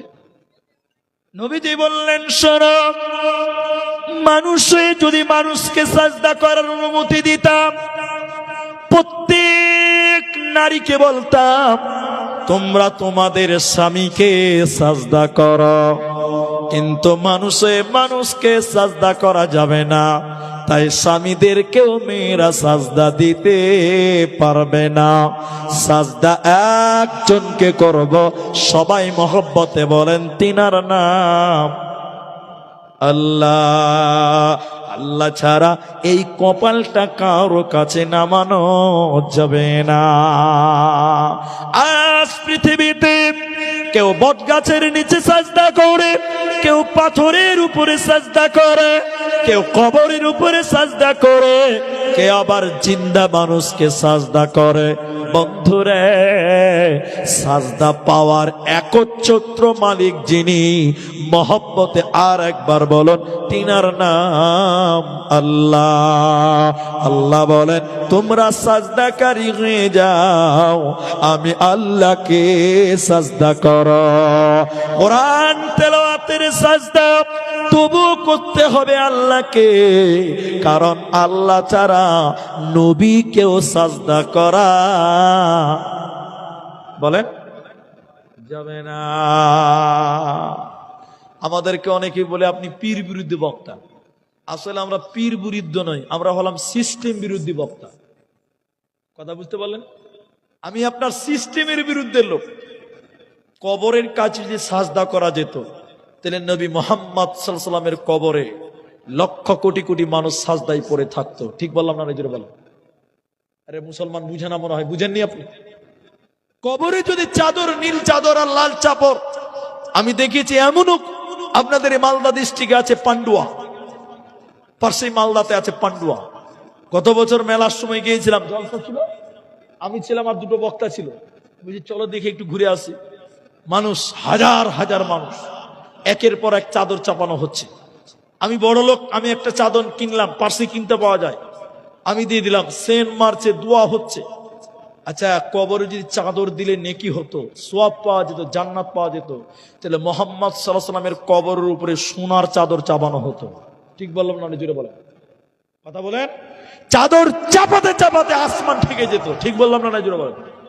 কিন্তু নাই, সাজদা কবরেও করা যাবে না, জীবিত মানুষকেও করা যাবে না, মৃত মানুষকেও করা যাবে না, পাথর কেউ নয়, মূর্তি কেউ নয়, গাছ কেউ নয়। আরেকবার বলেন, শুধুমাত্র আল্লাহকে। আরেকটা প্রশ্ন করব, কেউ রাগ করবেন না। আমাদের কাবা কটা? আমাদের কাবা কটা? একটা। আমাদের কাবা বাইতুল্লাহ একটা। কিন্তু যারা কবরে সাজদা দেয়, যারা কবরে সাজদা দেয়, মাজারে সাজদা দেয়, ওরা বলছে কাবা চারটা। কটা? একটু বলুন। আপনাদের মনে রাগ হয়েছে নাকি গো? শুনবেন, চারটা কাবা শুনবেন। পীর কাবা, দিল কাবা, বক্তা কাবা, মোরা কাবা। কাবা হলো চার কাবা রে বাবা। কাবা আরো চারটা আছে। আরো কটা আছে? আরো চারটা আছে। ওগুলো বলতে গেলে সময় লাগবে। শরীয়ত, তরিকত, হাকিকাত, তান্ত্রিক, তামাসিক, বাজাজিক, যান্ত্রিক, এই করে করে আরো আছে 8টা। কটা হলো তাহলে? 12টা। আর 2-4টা হলে ভালোই হতো নাকি জি ভাই? বলছে হ্যাঁ, আরো হলে ভালো হতো। এই কাবাগুলো কেন? এবার কেনর উত্তর দিব। এই যে মানুষকে সাজদা দিচ্ছে, মুসলমান মানুষকে সাজদা দিচ্ছে, এটা আমি দেখাচ্ছি আপনাকে। আমার নানা ছিলেন পীর সাহেব, ওই জন্য আমি আগেই বললাম পীর বিরুদ্ধে নয়, আমি সিস্টেম বিরুদ্ধে লোক। কথা বুঝতে পারলেন? আমার নানাকে সাজদা করছে মুরিদেরা।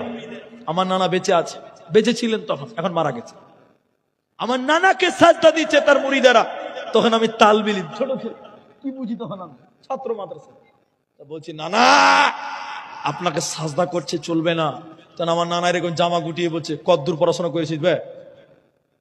যে বলেছে কদ্দূর লেখাপড়া করেছিস বে, তখন আমার কুটকুটি মরে গেছে। তো আমি তো তালবিলিম রে ভাই, আমি আর কদ্দূর পড়েছি? তো মুলবি সাহেবরা বলেছে। তখন আমার নানা বলছে জায়েজ। বলছে কি করে জায়েজ? ওদের কাবা চারটা। আরেকবার বলুন কটা? বলুন একবার। এই যে লাইটটা জ্বলছে, লাইটটা জ্বলার পেছনে একটা হাত আছে, ওটার নাম কি? কারেন্ট। কারেন্ট কি আছে বলো? ওই মেন রাস্তায় কারেন্ট আছে। আচ্ছা আপনারা একটু বলেন, তাহলে বুঝাতে পারবো। ওই মেন রাস্তার তারে যদি কেউ হাত দেয়, মরবে না বাঁচবে? হ্যাঁ? আর ওখান থেকে এখানে কারেন্ট নিয়েছে, এখানে হাত দিলেও মরবে। তাহলে ওখানে যা পাওয়ার আছে এখানেও। এবার দেখেন, পীর সাহেব জিকির করছে, আমার দিকে দেখেন। জিকির আল্লাহর করব। কাজ জিকির করব? আল্লাহর। ভালো না খারাপ? ভালো। পীর সাহেব জিকির করছে, দু সাইডে দুটো বডিগার্ড আছে। আমার ভাই একজন পেয়েছি, আরেকটা হলো খুব ভালো মানাইতো আর কি। বডিগার্ড দুটা পাশে পীর সাহেব জিকির। এদিকে দেখেন, এদিকে আল্লাহ আল্লাহ আল্লাহ আল্লাহ। মানে বড় থেকে আস্তে আস্তে আস্তে ছোট হয়েছে, আর দুদিকে দুটো বডিগার্ড মাঝে মাঝে বলছে আইহারে, তাল দিছে। জিকির করতে করতে যখন থেমে যায়, তখন দুদিকে দুটো লোক বলছে, ও পীরের মুরিদেরা, এইমাত্র পীর সাহেব আল্লাহর জিকির করছিল, জিকির করতে করতে এখন মুরাকাবাতে চলে গেছে। কাবা চারটা। কটা? এবার মুরাকাবাতে চলে গেছে, মানে আল্লাহর সঙ্গে কানেক্ট লেগে গেছে। এখন আল্লাহকে সাজদা দেওয়া, পীর সাহেবকে সাজদা দেওয়া বারাবার। রাস্তার তারে হাত দেওয়া, ওখান থেকে কারেন্ট নিয়ে সেখানে হাত দেওয়া বারাবার। পীর সাহেব বলছে এখনই আল্লাহর জিকির করছিল, মুরাকাবাতে গেছে, আল্লাহর সঙ্গে কানেক্ট লেগে গেছে। এখন আল্লাহকে সাজদা দাও, চাই পীর বাবাকে সাজদা দাও সমান। তখন মানুষেরা পীর বাবাকে সাজদা দিল, মানুষেরা গুনাহগার হলো, মুশরিক হলো। আল্লাহ কোরআনে বলছেন, শোনো, আসসাজিদু, হে লোকেরা তোমরা সাজদা করো, একমাত্র আমি আল্লাহকে করো। যারা আমি আল্লাহকে সাজদা দিবে, এই কপালে দাগ পড়ে যাবে, নামাজের সাজদা কপালে দাগ পড়ে যাবে। কিয়ামতের দিন ওই জায়গাগুলো নূরে ঝকমক করবে, নূরে ঝকমক করবে।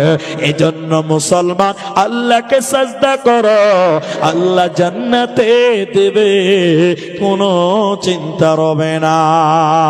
7 নম্বর আল্লাহ বলেন, জান্নাতে যেতে গেলে আল আমিরুনা বিল মারুফি ওয়ান নাহুনা আনিল মুনকার, সৎ কাজের আদেশ করো, মন্দ কাজের নিষেধ করো, ভালো কাজের আদেশ করো। মানুষদেরকে বলো বলো বলো, নামাজের দিকে চলো, দ্বীনের পথে চলো, তাবলীগের দিকে চলো, আল্লাহর দ্বীনের পথে চলো। মানুষদেরকে নামাজের দিকে ডাকতে হবে, আর মানুষদেরকে খারাপ কাজে বাধা দিতে হবে। যারা এই দাওয়াতের কাজ করবে, আল্লাহ তাদেরকে জান্নাতের সুসংবাদ দিবে। মুসলমান, ওদের কোনো চিন্তা রবে না, রবে না, রবে না। আমি দাওয়াতের ব্যাপারে বলছি না, আমি দাওয়াতের ব্যাপারে আজকে আর বলবো না। 8 নম্বরটা একটু বলবো, একটু ধৈর্য ধরবে।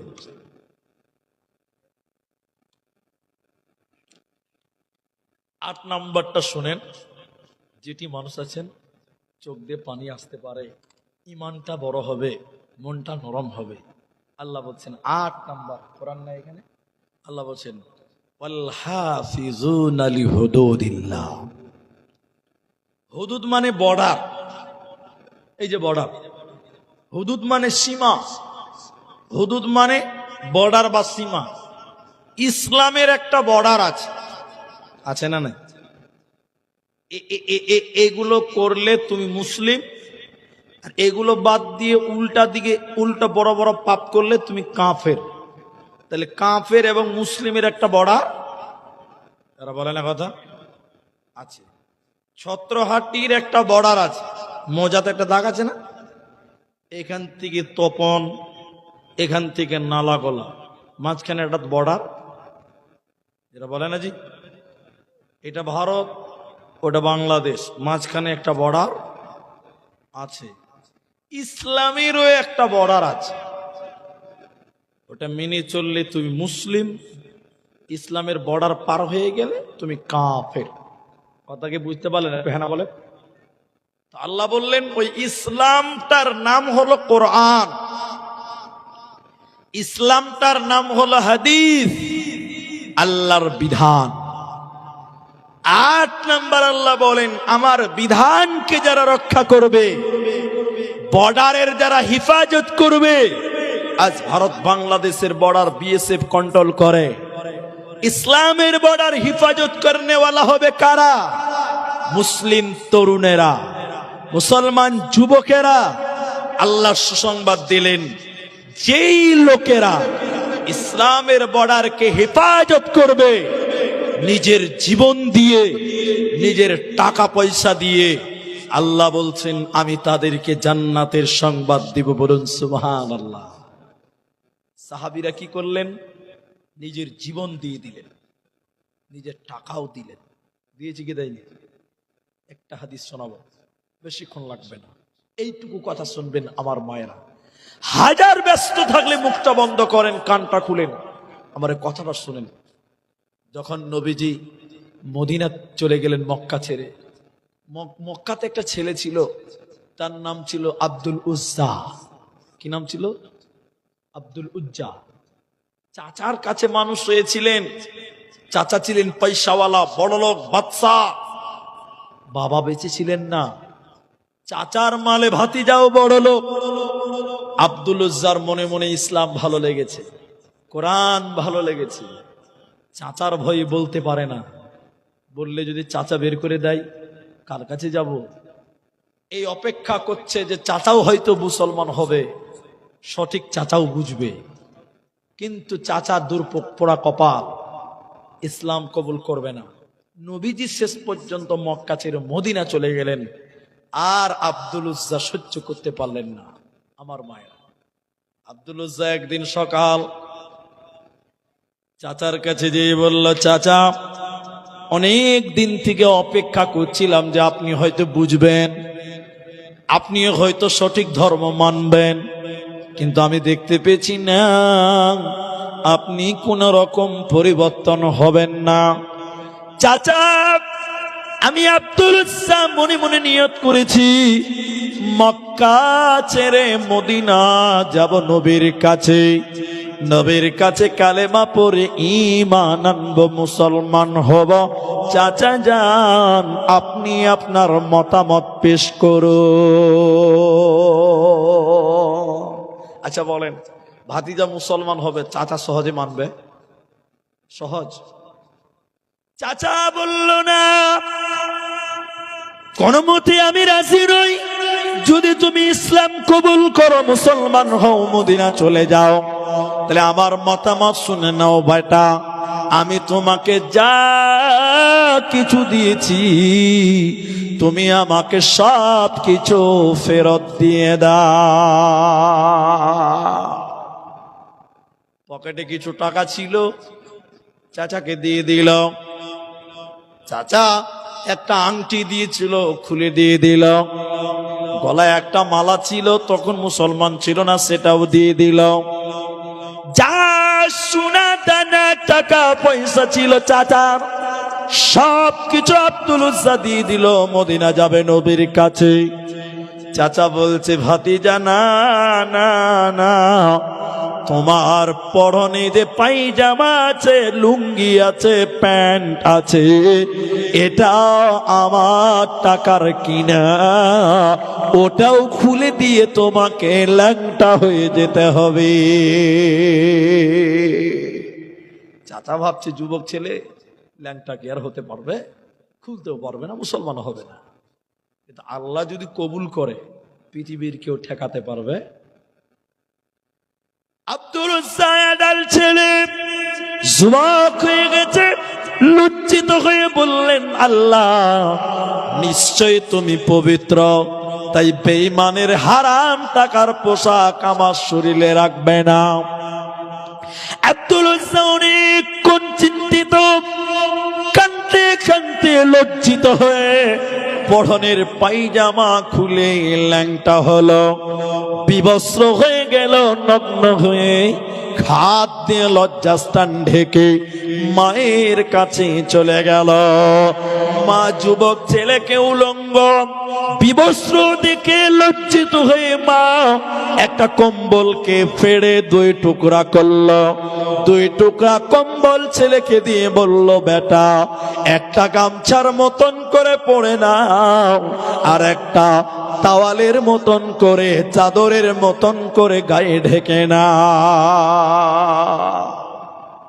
2 টুকরা কম্বল সরিয়ে দিল। মাকে সালাম জানিয়ে রাতের অন্ধকারে মদিনা চলে গেলেন। নবীজি মদিনাতে মাদ্রাসা খুলেছিলেন, সাহাবীরা পড়তেন। মাদ্রাসার গেটে আব্দুল উজ্জা বসে আছে। রাত্রিবেলায় নবীজি দেখলেন,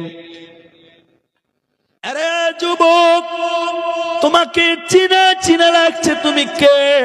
তখন আব্দুল উজ্জা কানতে কানতে ঘটনা বলল।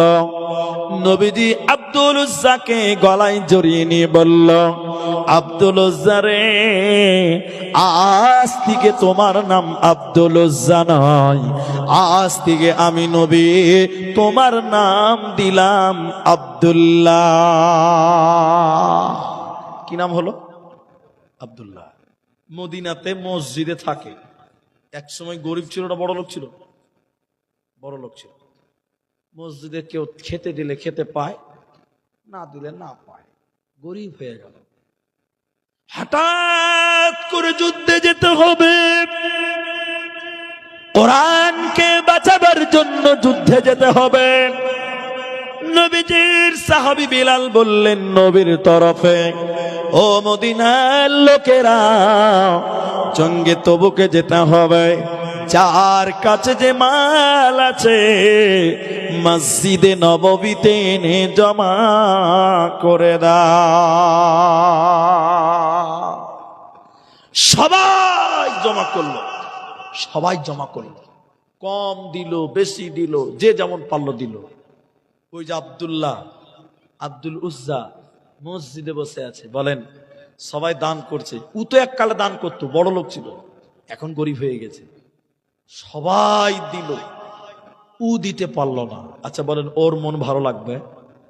বলুন একটু বলেন। আব্দুল উজ্জা আব্দুল্লাহ মসজিদে উঠছে, বসছে, পায়চারা করছে, সবাই দিল, আমি দিলাম না। সেদিন কত মাল দিয়েছিলেন শুনেন।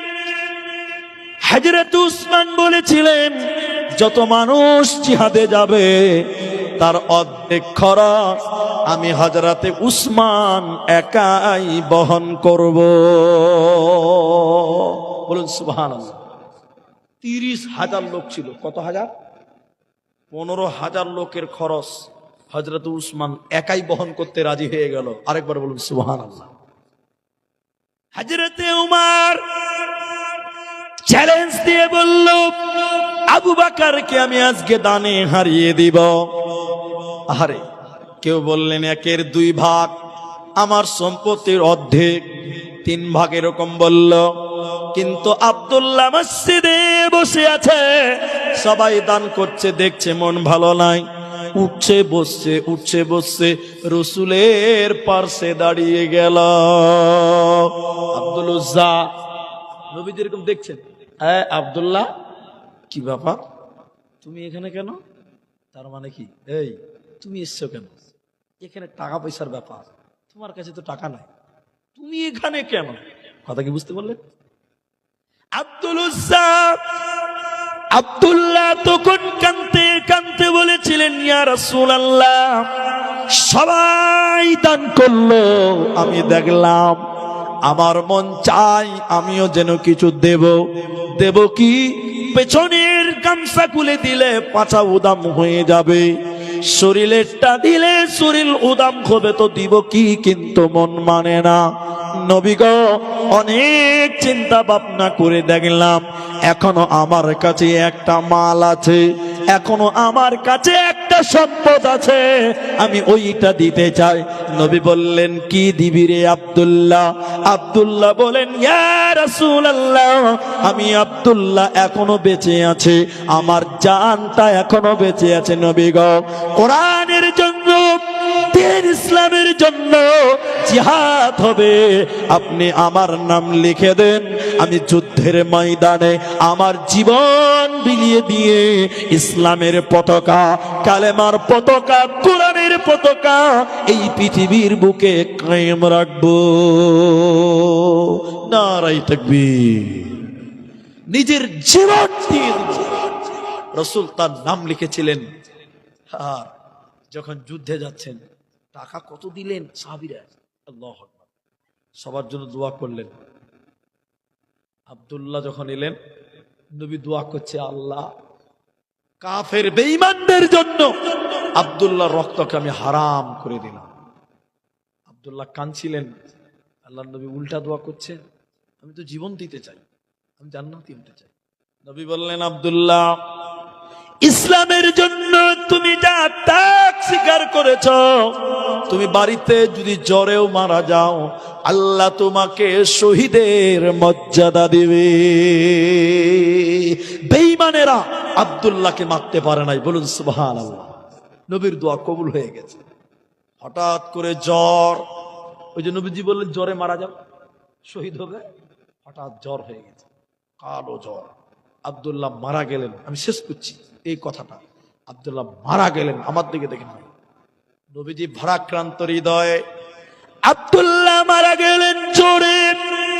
নবীজি রাত্রিবেলায় জানাজা পড়ালেন, আর বেলালকে বললেন, বেলাল তুমি মশাল ধরো, আগুন নিয়ে আলা দেখাও। সাহাবীরা আবু আব্দুল্লাহ কবরে মাটি দেবে, লাশ নিয়ে যাচ্ছিল। সাহাবীরা যাচ্ছেন, বেলাল আলো দেখাচ্ছেন, জোনাক করছেন। ওই কবরের ভিতর থেকে আওয়াজ আসছিল, রে রাসূলের সাহাবীরা, তোমরা তোমাদের ভাই আব্দুল্লাহকে কষ্ট দিয়ে কবরে আনিও না। হযরত বেলাল কিংবা আব্দুল্লাহ ইবনে মাসউদ তারা মনে করলেন গলাটা চেনা চেনা মনে হলো, কে যেন কবর থেকে বলছে আব্দুল্লাহকে কষ্ট দিয়ে কবরে নামাইও না, আস্তে আস্তে আদর করে নামাও। গলাটা বড্ড চেনা চেনা মনে হলো। তাড়াতাড়ি কবরের সামনে গিয়ে দাঁড়িয়ে দেখলাম ওই কবরে কে নেমেছে, অন্য কেউ নয়, ওই কবরে নেমেছে নবী মুহাম্মদুর রাসূলুল্লাহ সাল্লাল্লাহু আলাইহি ওয়াসাল্লাম। লাশ ধরার জন্য নেমেছিলেন। তিনি মাটি দিয়ে কমপ্লিট করার পর আল্লাহকে বললেন, আল্লাহ আজ সন্ধ্যা পর্যন্ত আমি আমার আব্দুল উজ্জা আব্দুল্লাহর উপরে রাজি ছিলাম, আল্লাহ তুমিও তার প্রতি রাজি হয়ে যাও। সাহাবীরা বললেন, আব্দুল্লাহ রে, তোর নসিব কত ভালো, তোর জন্য স্বয়ং বিশ্ব নবী সাক্ষী দিয়ে দিল।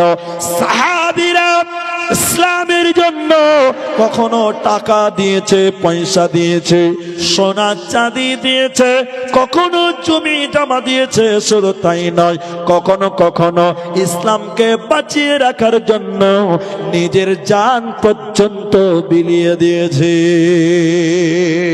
বলুন সুবহানাল্লাহ।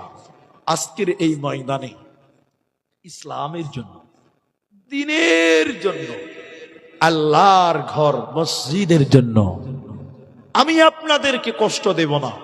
রাত 10টা পার হয়ে গেছে, ঠান্ডার রাত। আমি একটা আব্দুল উজ্জা, একজন আব্দুল্লাহর মতন একজন মানুষের কাছে এই আপনাদের এই মসজিদটার জন্য 10,000 টাকা চাই। একজন মানুষ দেবেন, 10,000 টাকা দেবেন। আব্দুল্লাহর মতন, আব্দুল উজ্জার মতন সাহাবীরা টাকা দিয়েছেন, নিজের জীবন পর্যন্ত বিলিয়েছেন। আজকে জীবন দিতে হবে না, কেউ দিবেন 5,000, কেউ দিবেন 10,000 টাকা। এইরকম আব্দুল্লাহর মতন ইমানওয়ালা, দিল আলা, একটা 5,000 টাকা, এটা 10,000 টাকার খবর আজকের বৈঠক থেকে কেউ দিতে পারবেন না। যেমন সাহেব, আমার দিলেও আব্দুল উজ্জার মতন ইমান আছে। আমি মসজিদকে ভালোবাসি, আল্লাহর দ্বীনকে ভালোবাসি।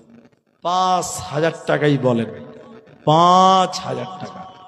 একজন মানুষ নিজের মায়ের জন্য, যে মা দুধ পান করিয়েছে, ওই মায়ের দুধের ঋণ কোনোদিন শোধ হবে না। ওই মা যার কবরে চলে গেছে, ভাই আমার 5,000 টাকা দেবেন। 5,000 টাকা কে দিবে গো? একটা লোক বলেন 5,000 টাকা। যিনি দিবেন আমার সামনে আসেন, আমি তার সঙ্গে একটু মুসাফা করে 1 নাম্বার দোয়া তার জন্য করব। একটা লোক 5,000 টাকা আল্লাহর ঘর মসজিদের জন্য। এই মসজিদের উপর তলাতে কাজ চলছে, সাদও বাকি আছে, সাদও বাকি আছে। বাবারে, নিজের ইমানের উপরে দাবি নিয়ে আল্লাহর ঘর মনে করে নিজের মায়ের জন্য 5,000 টাকা দাবি করলাম, মাত্র 5,000 টাকা।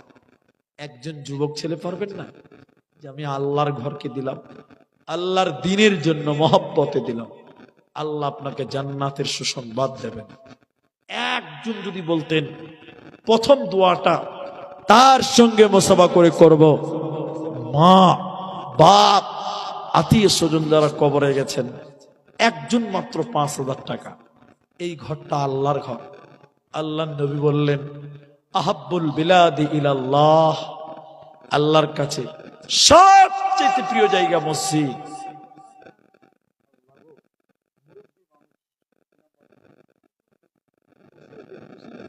কসির উদ্দিন সরকার, আল্লাহ গো, বয়োবৃদ্ধ মানুষ, মা বাবা আছে আপনার? মারা গেছে, সব মারা গেছে। কখন নিজের খবর হবে আল্লাহ কেউ জানি না। 5,000 টাকা 500 নগদে 4500 টাকা বাকিতে। আয় রাব্বে কারীম, তোমার কাছে দোয়া করি, ওই মা বাপ যারা কবরে চলে গেছে, যারা কোলে পিঠে করে মানুষ করেছিলেন, তারা আজকে নেই।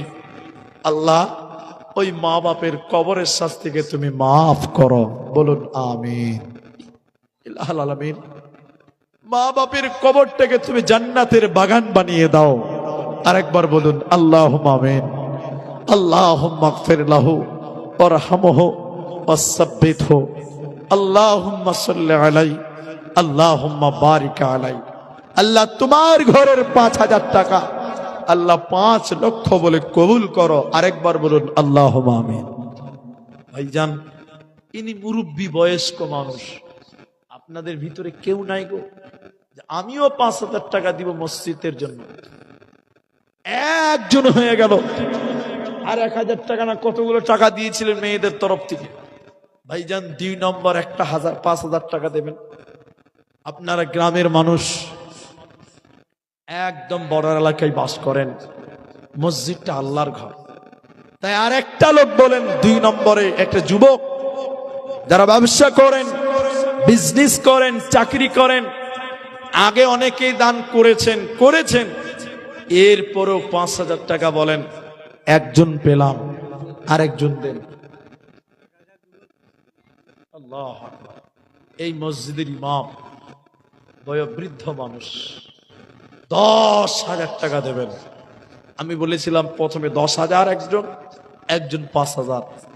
ইমাম সাহেব তিনি 500 দিলেন, 10,000 টাকা দেবেন। আল্লাহ, চুল দাড়ি পেকে গেছে, আল্লাহ তুমি হায়াতের মালিক, মৌতের মালিক।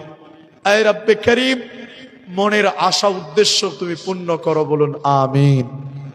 আস্তে আস্তে 10,000 টাকা পূর্ণ করবেন।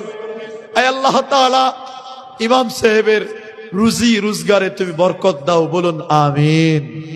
ইলাহুল আলামিন, মা বাপ সবাই কবরের চলে গেছে, আল্লাহ তোমার কাছে চলে গেছে। আয় রাব্বে কারীম, কিয়ামতের দিন ওই মা বাবার সঙ্গে সাক্ষাৎ করায়ও, মা বাবার সঙ্গে ছেলেকেও জান্নাতে দিও, বলুন আমিন। আল্লাহুম্মা সাল্লি আলাইহি, আল্লাহুম্মা বারিক আলাইহি। জাযাকাল্লাহ। কে লিখছে এগুলো?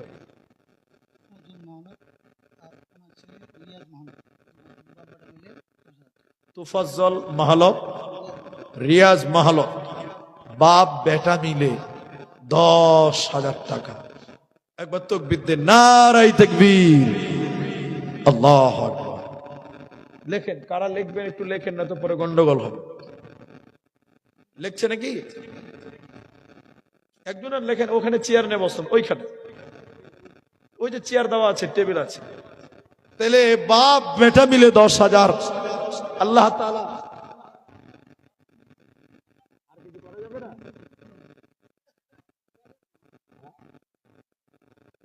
জাযাকাল্লাহ, দোয়া করছি। আল্লাহ গো, বাপ বেটা মিলে 10,000 টাকা, তুফাজ্জল মাহলাত এবং রিয়াজ মাহলাত, আল্লাহ তুমি তাদের কামায়ে রুজিতে রিজিকে বরকত দাও, বরকতের মালিক আল্লাহ, বলুন আমিন। জাযাকাল্লাহ, হাইয়াকাল্লাহ, বারাকাল্লাহ, আল্লাহুম্মা আমিন, আমিন, আমিন। আরো 500 টাকা মসজিদ বানাতে এই দান কবুল করো তুমি দয়ামতে। ও গো আল্লাহ, 500 তো তোমার রাহে দিল, এই দান আল্লাহ তুমি করো গো কবুল। আমিন, আমিন, আমিন। একবার তাকবীর দেন, লিল্লাহি তাকবীর। হবিবুর রহমান 500 টাকা নগদে, 9,500 টাকা। হ্যাঁ, 500 টাকা নগদে আর 9,500 টাকা দেবেন, 10,000 টাকা। একবার বলুন আলহামদুলিল্লাহ। তাহলে 10,000 3 জন হলো। আল্লাহুম্মা আমিন। আয় রাব্বে কারীম, তোমার বান্দা হাবিবুর আল্লাহ মসজিদের জন্য 10,000 টাকা, আল্লাহ মনের আশা উদ্দেশ্য তুমি পূরণ করো। আল্লাহ মা বাপ দাদু দাদি নানা নানি যারা কবরে গেছে, আল্লাহ হাবিবুরের দানের বদলে তাদের কবরের শাস্তিকে মাফ করো। আল্লাহ পরিবারের সুখ দিও, পরিবারের শান্তি দান করো। সবাই বলেন একবার আমিন আমিন।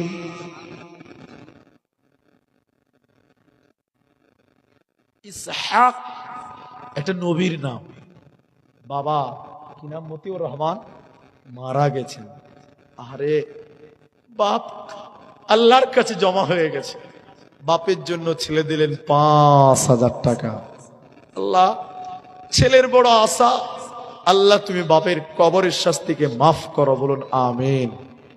আল্লাহ বাপের কবরটাকে জান্নাত বানাও। আরেকবার বলুন আল্লাহুম্মা আমিন। আল্লাহুম্মা গফির লাহু ওয়ারহামহু। বলুন আল্লাহুম্মা আমিন, আল্লাহুম্মা আমিন। তাইলে বাবা 5,000 2 জন, 10,000 3 জন হলো। আমার ভাইরা, আমার ভাইরা, আমার মায়েরা 10,000 টাকা দিলেন, 5,000 2 জন হলেন। আর কে আছেন? মা বোন যারা পর্দার অন্তরালে বসে আছেন, আপনাদের মতন মায়েরাও আল্লাহর ঘরের জন্য 5,000 টাকা দিতে পারেন। আমার ভাইরা আপনারাও দিতে পারেন। জলদি করে আসেন, 5,000 টাকা দেন, 10,000 টাকা দেন। এই দান আপনার বিফলে যাবে না, কাল কিয়ামতের দিন আল্লাহ বদলা দেবে ইনশাআল্লাহ। অতএব আসুন, ইনশাআল্লাহ আল্লাহ আপনাদের রুজি রুটিতে বরকত দেবে।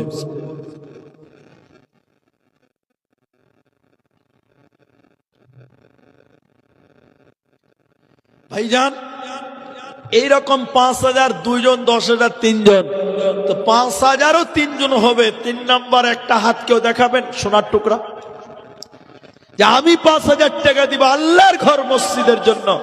আল্লাহর নবী বলছেন, মাম বানা লিল্লাহি মসজিদান বানাল্লাহু লাহু বাইতান ফিল জান্নাহ। যে মসজিদ দুনিয়াতে বানায়, আল্লাহ তার জন্য জান্নাতে ঘর বানায়। বলুন সুবহানাল্লাহ। 5,000 টাকা দেবেন। আলহামদুলিল্লাহ। ভাইজান নাম আবু বাক্কার, একটু মুসাফা করেন। মাশাআল্লাহ। প্রথম খলিফার নাম আবু বাক্কার সিদ্দিক। বাবা মারা গেছে, বেঁচে আছে, বাবার জন্য দিলেন। আল্লাহ গো, বাবার জন্য ছেলে দান করলেন।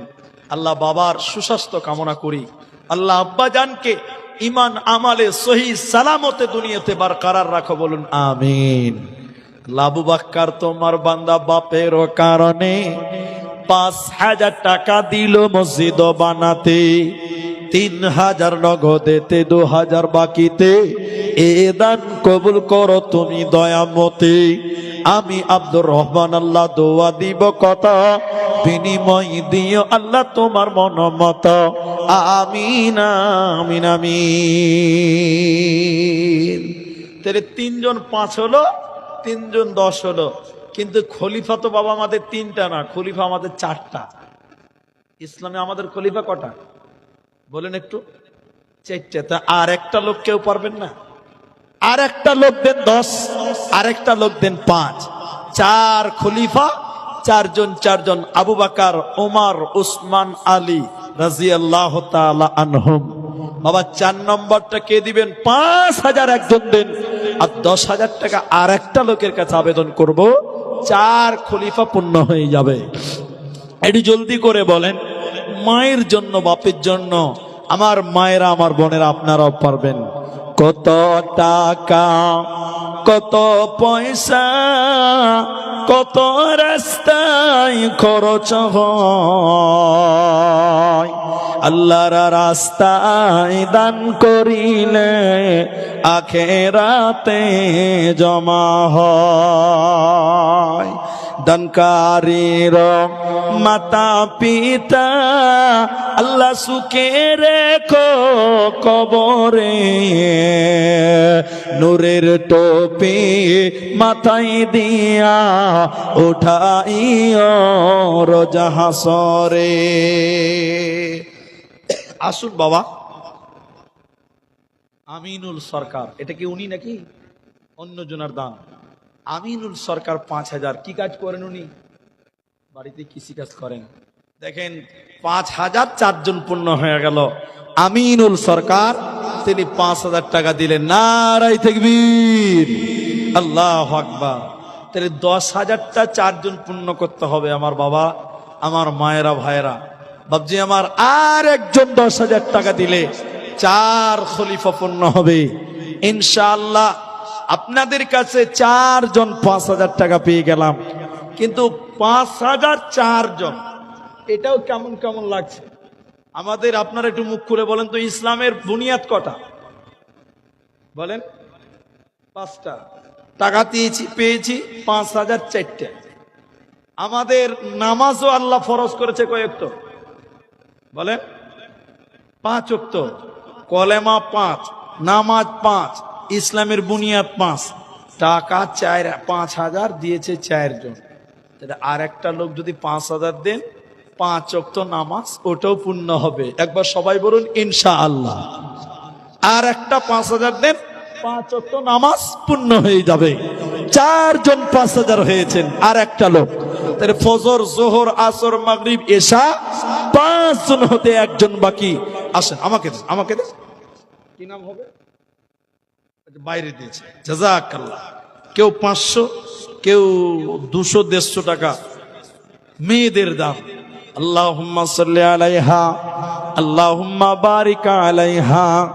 কতজন কত আশায় করিয়াছে দান, উদ্দেশ্য পূরণ করো তুমি রহমান। আমি আব্দুর রহমান আল্লাহ দোয়া করব কত, বিনিময় দিও প্রভু তোমার মনোমত। আমিন আমিন আমিন।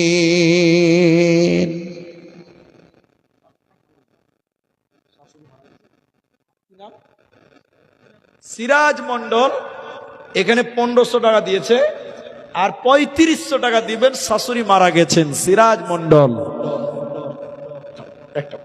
আল্লাহ শাশুড়ির জন্য দিয়েছে 5,000 টাকা। এরকম জামাই না হলে হয়? হ্যাঁ জি। আল্লাহ তুমি তার শাশুড়িকে ক্ষমা করো, শাশুড়ির কবরের শাস্তিকে মাফ করো। বলুন একবার আমিন। আল্লাহ শাশুড়ির কবরটাকে জান্নাত বানিয়ে দাও। বলুন আমিন। ইয়া হাইয়্যু ইয়া কাইয়্যুম বিরহমাতিকা নাস্তাগীথ।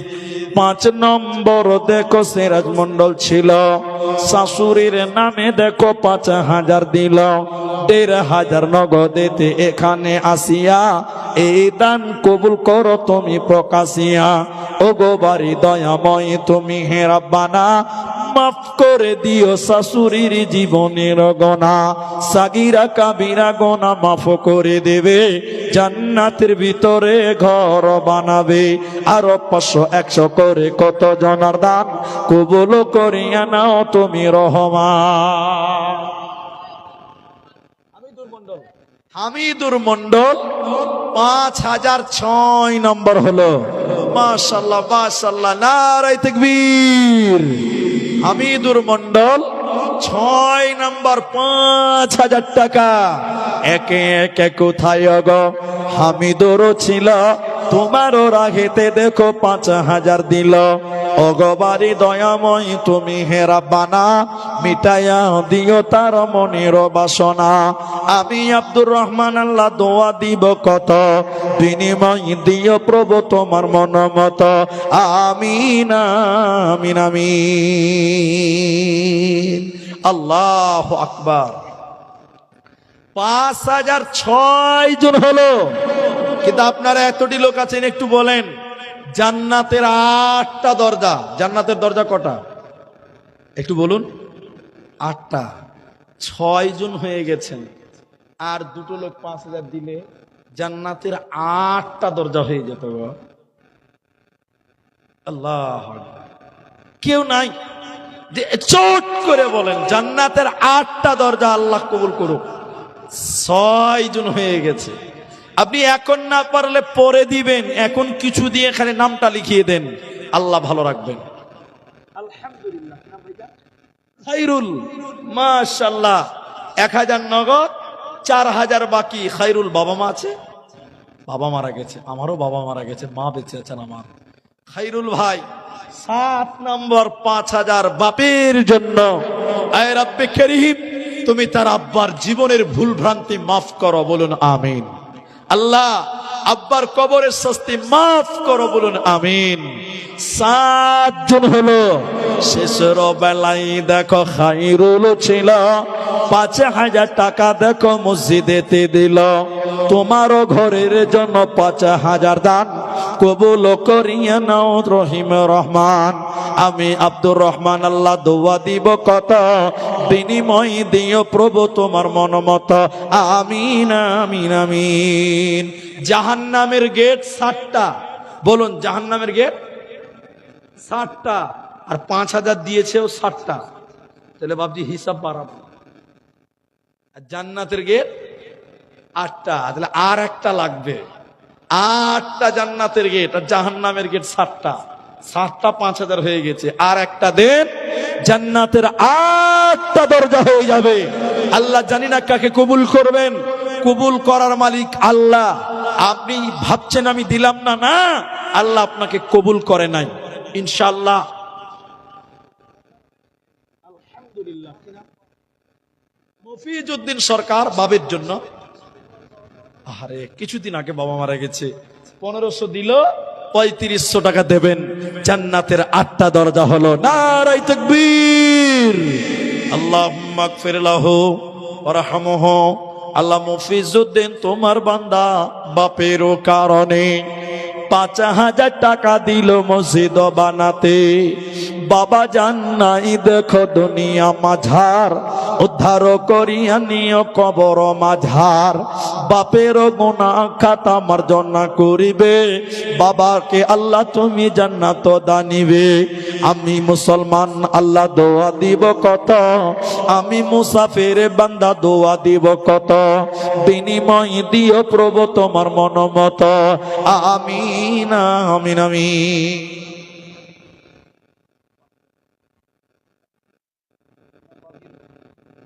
সাজিরউদ্দিন মন্ডল, আহারে বয়স হয়ে গেছে গো। দেল দেল দেখেন, খালি দেল দান করতে গেলে দেল লাগে। বাবা মা তাদের জন্য দোয়া চেয়েছেন, 4500 টাকা দেবেন। আমি কিন্তু 8 জন চেয়েছিলাম, তাহলে 9 জন হয়ে গেল। আর আমার নবী 10 জন ব্যক্তির নাম ধরে ধরে জান্নাতি বলেছিলেন। হাদিসের পরিভাষায় তাদেরকে বলা হয় আশারায়ে মুবাশশারা। তাহলে 9 জন হয়ে গেল, তাহলে আর একটা কি আর বাদ থাকবে? একবার সবাই বলো নারায়ে তাকবীর। 9 নম্বর দেখো, বাবা মার কারণে দেখো 5,000 দান কবুল করিয়া নিও তুমি রহমান। ও গো বাড়ি দয়াময় তুমি হে রাব্বানা, মাফ করে দিও বাবা মায়ের জীবনের গোনা, সাগিরা কাবিরা গোনা মাফ করে দেবে, জান্নাতের ভিতরে ঘর বানাবে। আমিন আমিন আমিন। 8 জন চাইলাম, 9 জন হলো। আর একটা চাই, তাহলে 10টা হয়ে যাক ইনশাআল্লাহ। আপনারা সবাই একবার জুড়ে বলুন ইনশাআল্লাহ। আরেকটা লোক দেন, বাস আরেকটা লোক দেন। বাবা আমি দোয়া করব, আর আপনাদের তো কিছু মেহমানদারি হবে নাকি, শেষে হবে। আমি দোয়া করার পর আপনাদের মেহমানদারি করাবেন এই ছেলেরাই, কমিটির লোকেরা। বাবা 10 নাম্বারটা একটা কোনো যুবক পারবেন না? আপনি এখন 100 টাকা দেন, 4900 টাকা পরে দিবেন। 10 নাম্বারটা বলেন। আর একটা লোক, আমি 8 জন চাইলাম, 9 জন দিলেন, তাই 10 জন বললাম।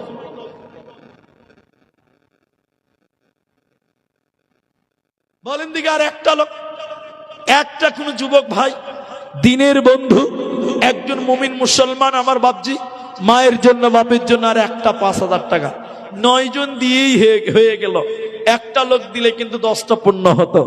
যদি না পারেন, এটা একটা আফসোস থাকবে যে আমার নবী 10 জন ব্যক্তির নাম ধরে ধরে জান্নাতি বলেছিলেন, ওই 10টা লোক এখানে পেলাম না, 9 জন পেয়ে গেলাম। আলহামদুলিল্লাহ, খুব শীঘ্রই আপনারা সেটা পূর্ণ করবেন। যদি না পারেন, আমি আপনাদের সেটাও বলি, এই মসজিদের উপরে ছাদ দিতে গেলে বালু লাগবে, সিমেন্ট লাগবে, পাথর লাগবে, রড লাগবে। এখানে এমন কেউ আছেন কি যে আমি 5,000 টাকা দেব ভাই 10 নাম্বারটা? নাই। একটা লোক কেউ পারবেন না গো? আল্লাহু আকবার। একটা লোক দিলে 10 জন হয়ে যেত। বড় আফসোস। না যদি পারেন, তাহলে 1 কুইন্টাল কেউ রড দেন। রড, এই মসজিদে আপনার রড দিয়ে মসজিদটা তৈরি হবে। 1 কুইন্টাল রড। কেউ দিবেন 5 বস্তা সিমেন্ট, কেউ দিবেন 1 টলি বালু। বালুর এখন অনেক দাম, প্রায় 7,000 টাকা শুনলাম কাল পরশুদিন। 8,000 উপরে না? আল্লাহু আকবার, অনেক দাম। এক এক এরিয়ায় এক এক রকম রেট। আলহামদুলিল্লাহ, আপনাদের কাছে আবেদন করি বাবা, সিমেন্ট, বালু, রড যে যেমন পারবেন। একজন ব্যক্তি সরিষা দিয়েছে, ফহিমউদ্দিন 10 কিলো সরিষা। আল্লাহ তুমি তার জমির ফসলে বরকত দাও, বলুন একবার আমিন। একটু আমিন বলেন। তাহলে 10 নাম্বার 5,000 টাকা পাবো না গো ভাইয়া? আল্লাহ, একলা মরণ, একলা জীবন, একলা মরণ, একলা থাকতে কিসের ভয়, এই দুনিয়ার মানুষগুলি কেউ তো কারণ। একলা জীবন, একলা মরণ।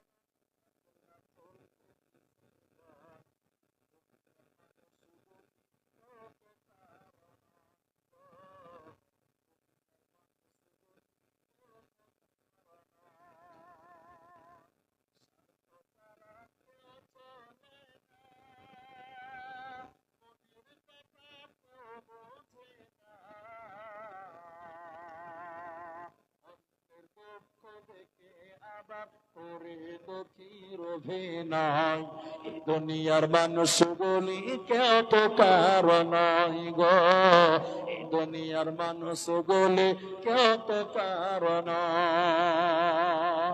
ভাই না পারলে, যদি না পারেন, আপনাদেরকে বলি কমসে কম 5,000 টাকায় একটা লোকের দিয়েছে। আর যদি না পারেন 1,000 টাকা দেন, 1,000টা টাকা দেন, 1,000টা করে টাকা।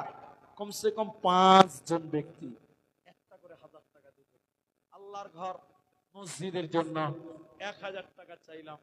ভাই আমার বাপজিরা, একটা 1,000 টাকা দিবেন এরকম কেউ নাই গো। 1,000টা টাকা মসজিদে দিবেন, আল্লাহর ঘরে দিবেন। আমি আপনাদের জন্য কৃতজ্ঞ, আপনাদের জন্য দোয়া করে যাব। 1,000 টাকা চেয়েছি, মাত্র 1000। 1,000 টাকা দেন, 5 জন ব্যক্তি, আমি দোয়া করে নামবো। তারপরে আপনাদের দাওয়াত থাকবে, যারা দাওয়াত করবেন ইনশাআল্লাহ।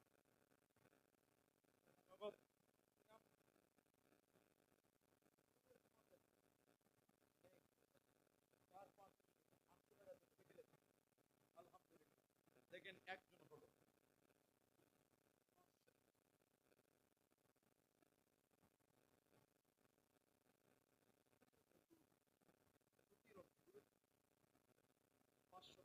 মায়েদের ভিতর থেকে 500।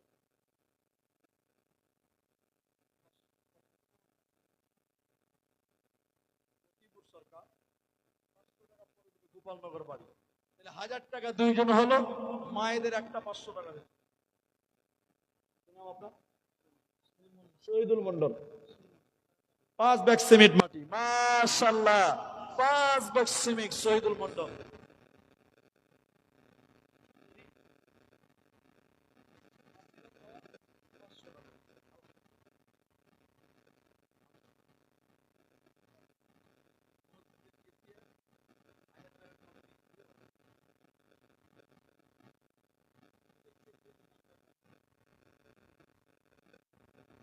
শুনেন বাবজি, আর একটু বাড়ান, আমি কাউকে বলিনি, আপনাকেই বলছি। আলহামদুলিল্লাহ, এবার তাকবীর দেন, নারায়ে তাকবীর। 2000, আলহামদুলিল্লাহ। দেখেন 2000 কেসিএস 2000। তাহলে বলেন, 2 জন লোক 1000, কেসিএস 2000, আর 3 জন লোক 1000 টাকা দেন। 5 জন চেয়েছে ভাই। তারপর আমি দোয়া করব আপনাদের। জোসনা বিবি মায়ের জন্য 500 টাকা, মাশাআল্লাহ।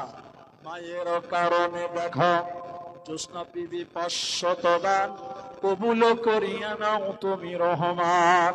জাযাকাল্লাহ, হাইয়াকাল্লাহ, বারাকাল্লাহ, আমিন আমিন আমিন।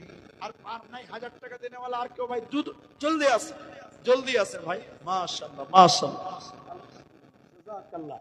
1000 টাকা 3 জন 1000 হলো, আর 2 জন লোক 1000 দেন। 5 জন চেয়েছে ভাই।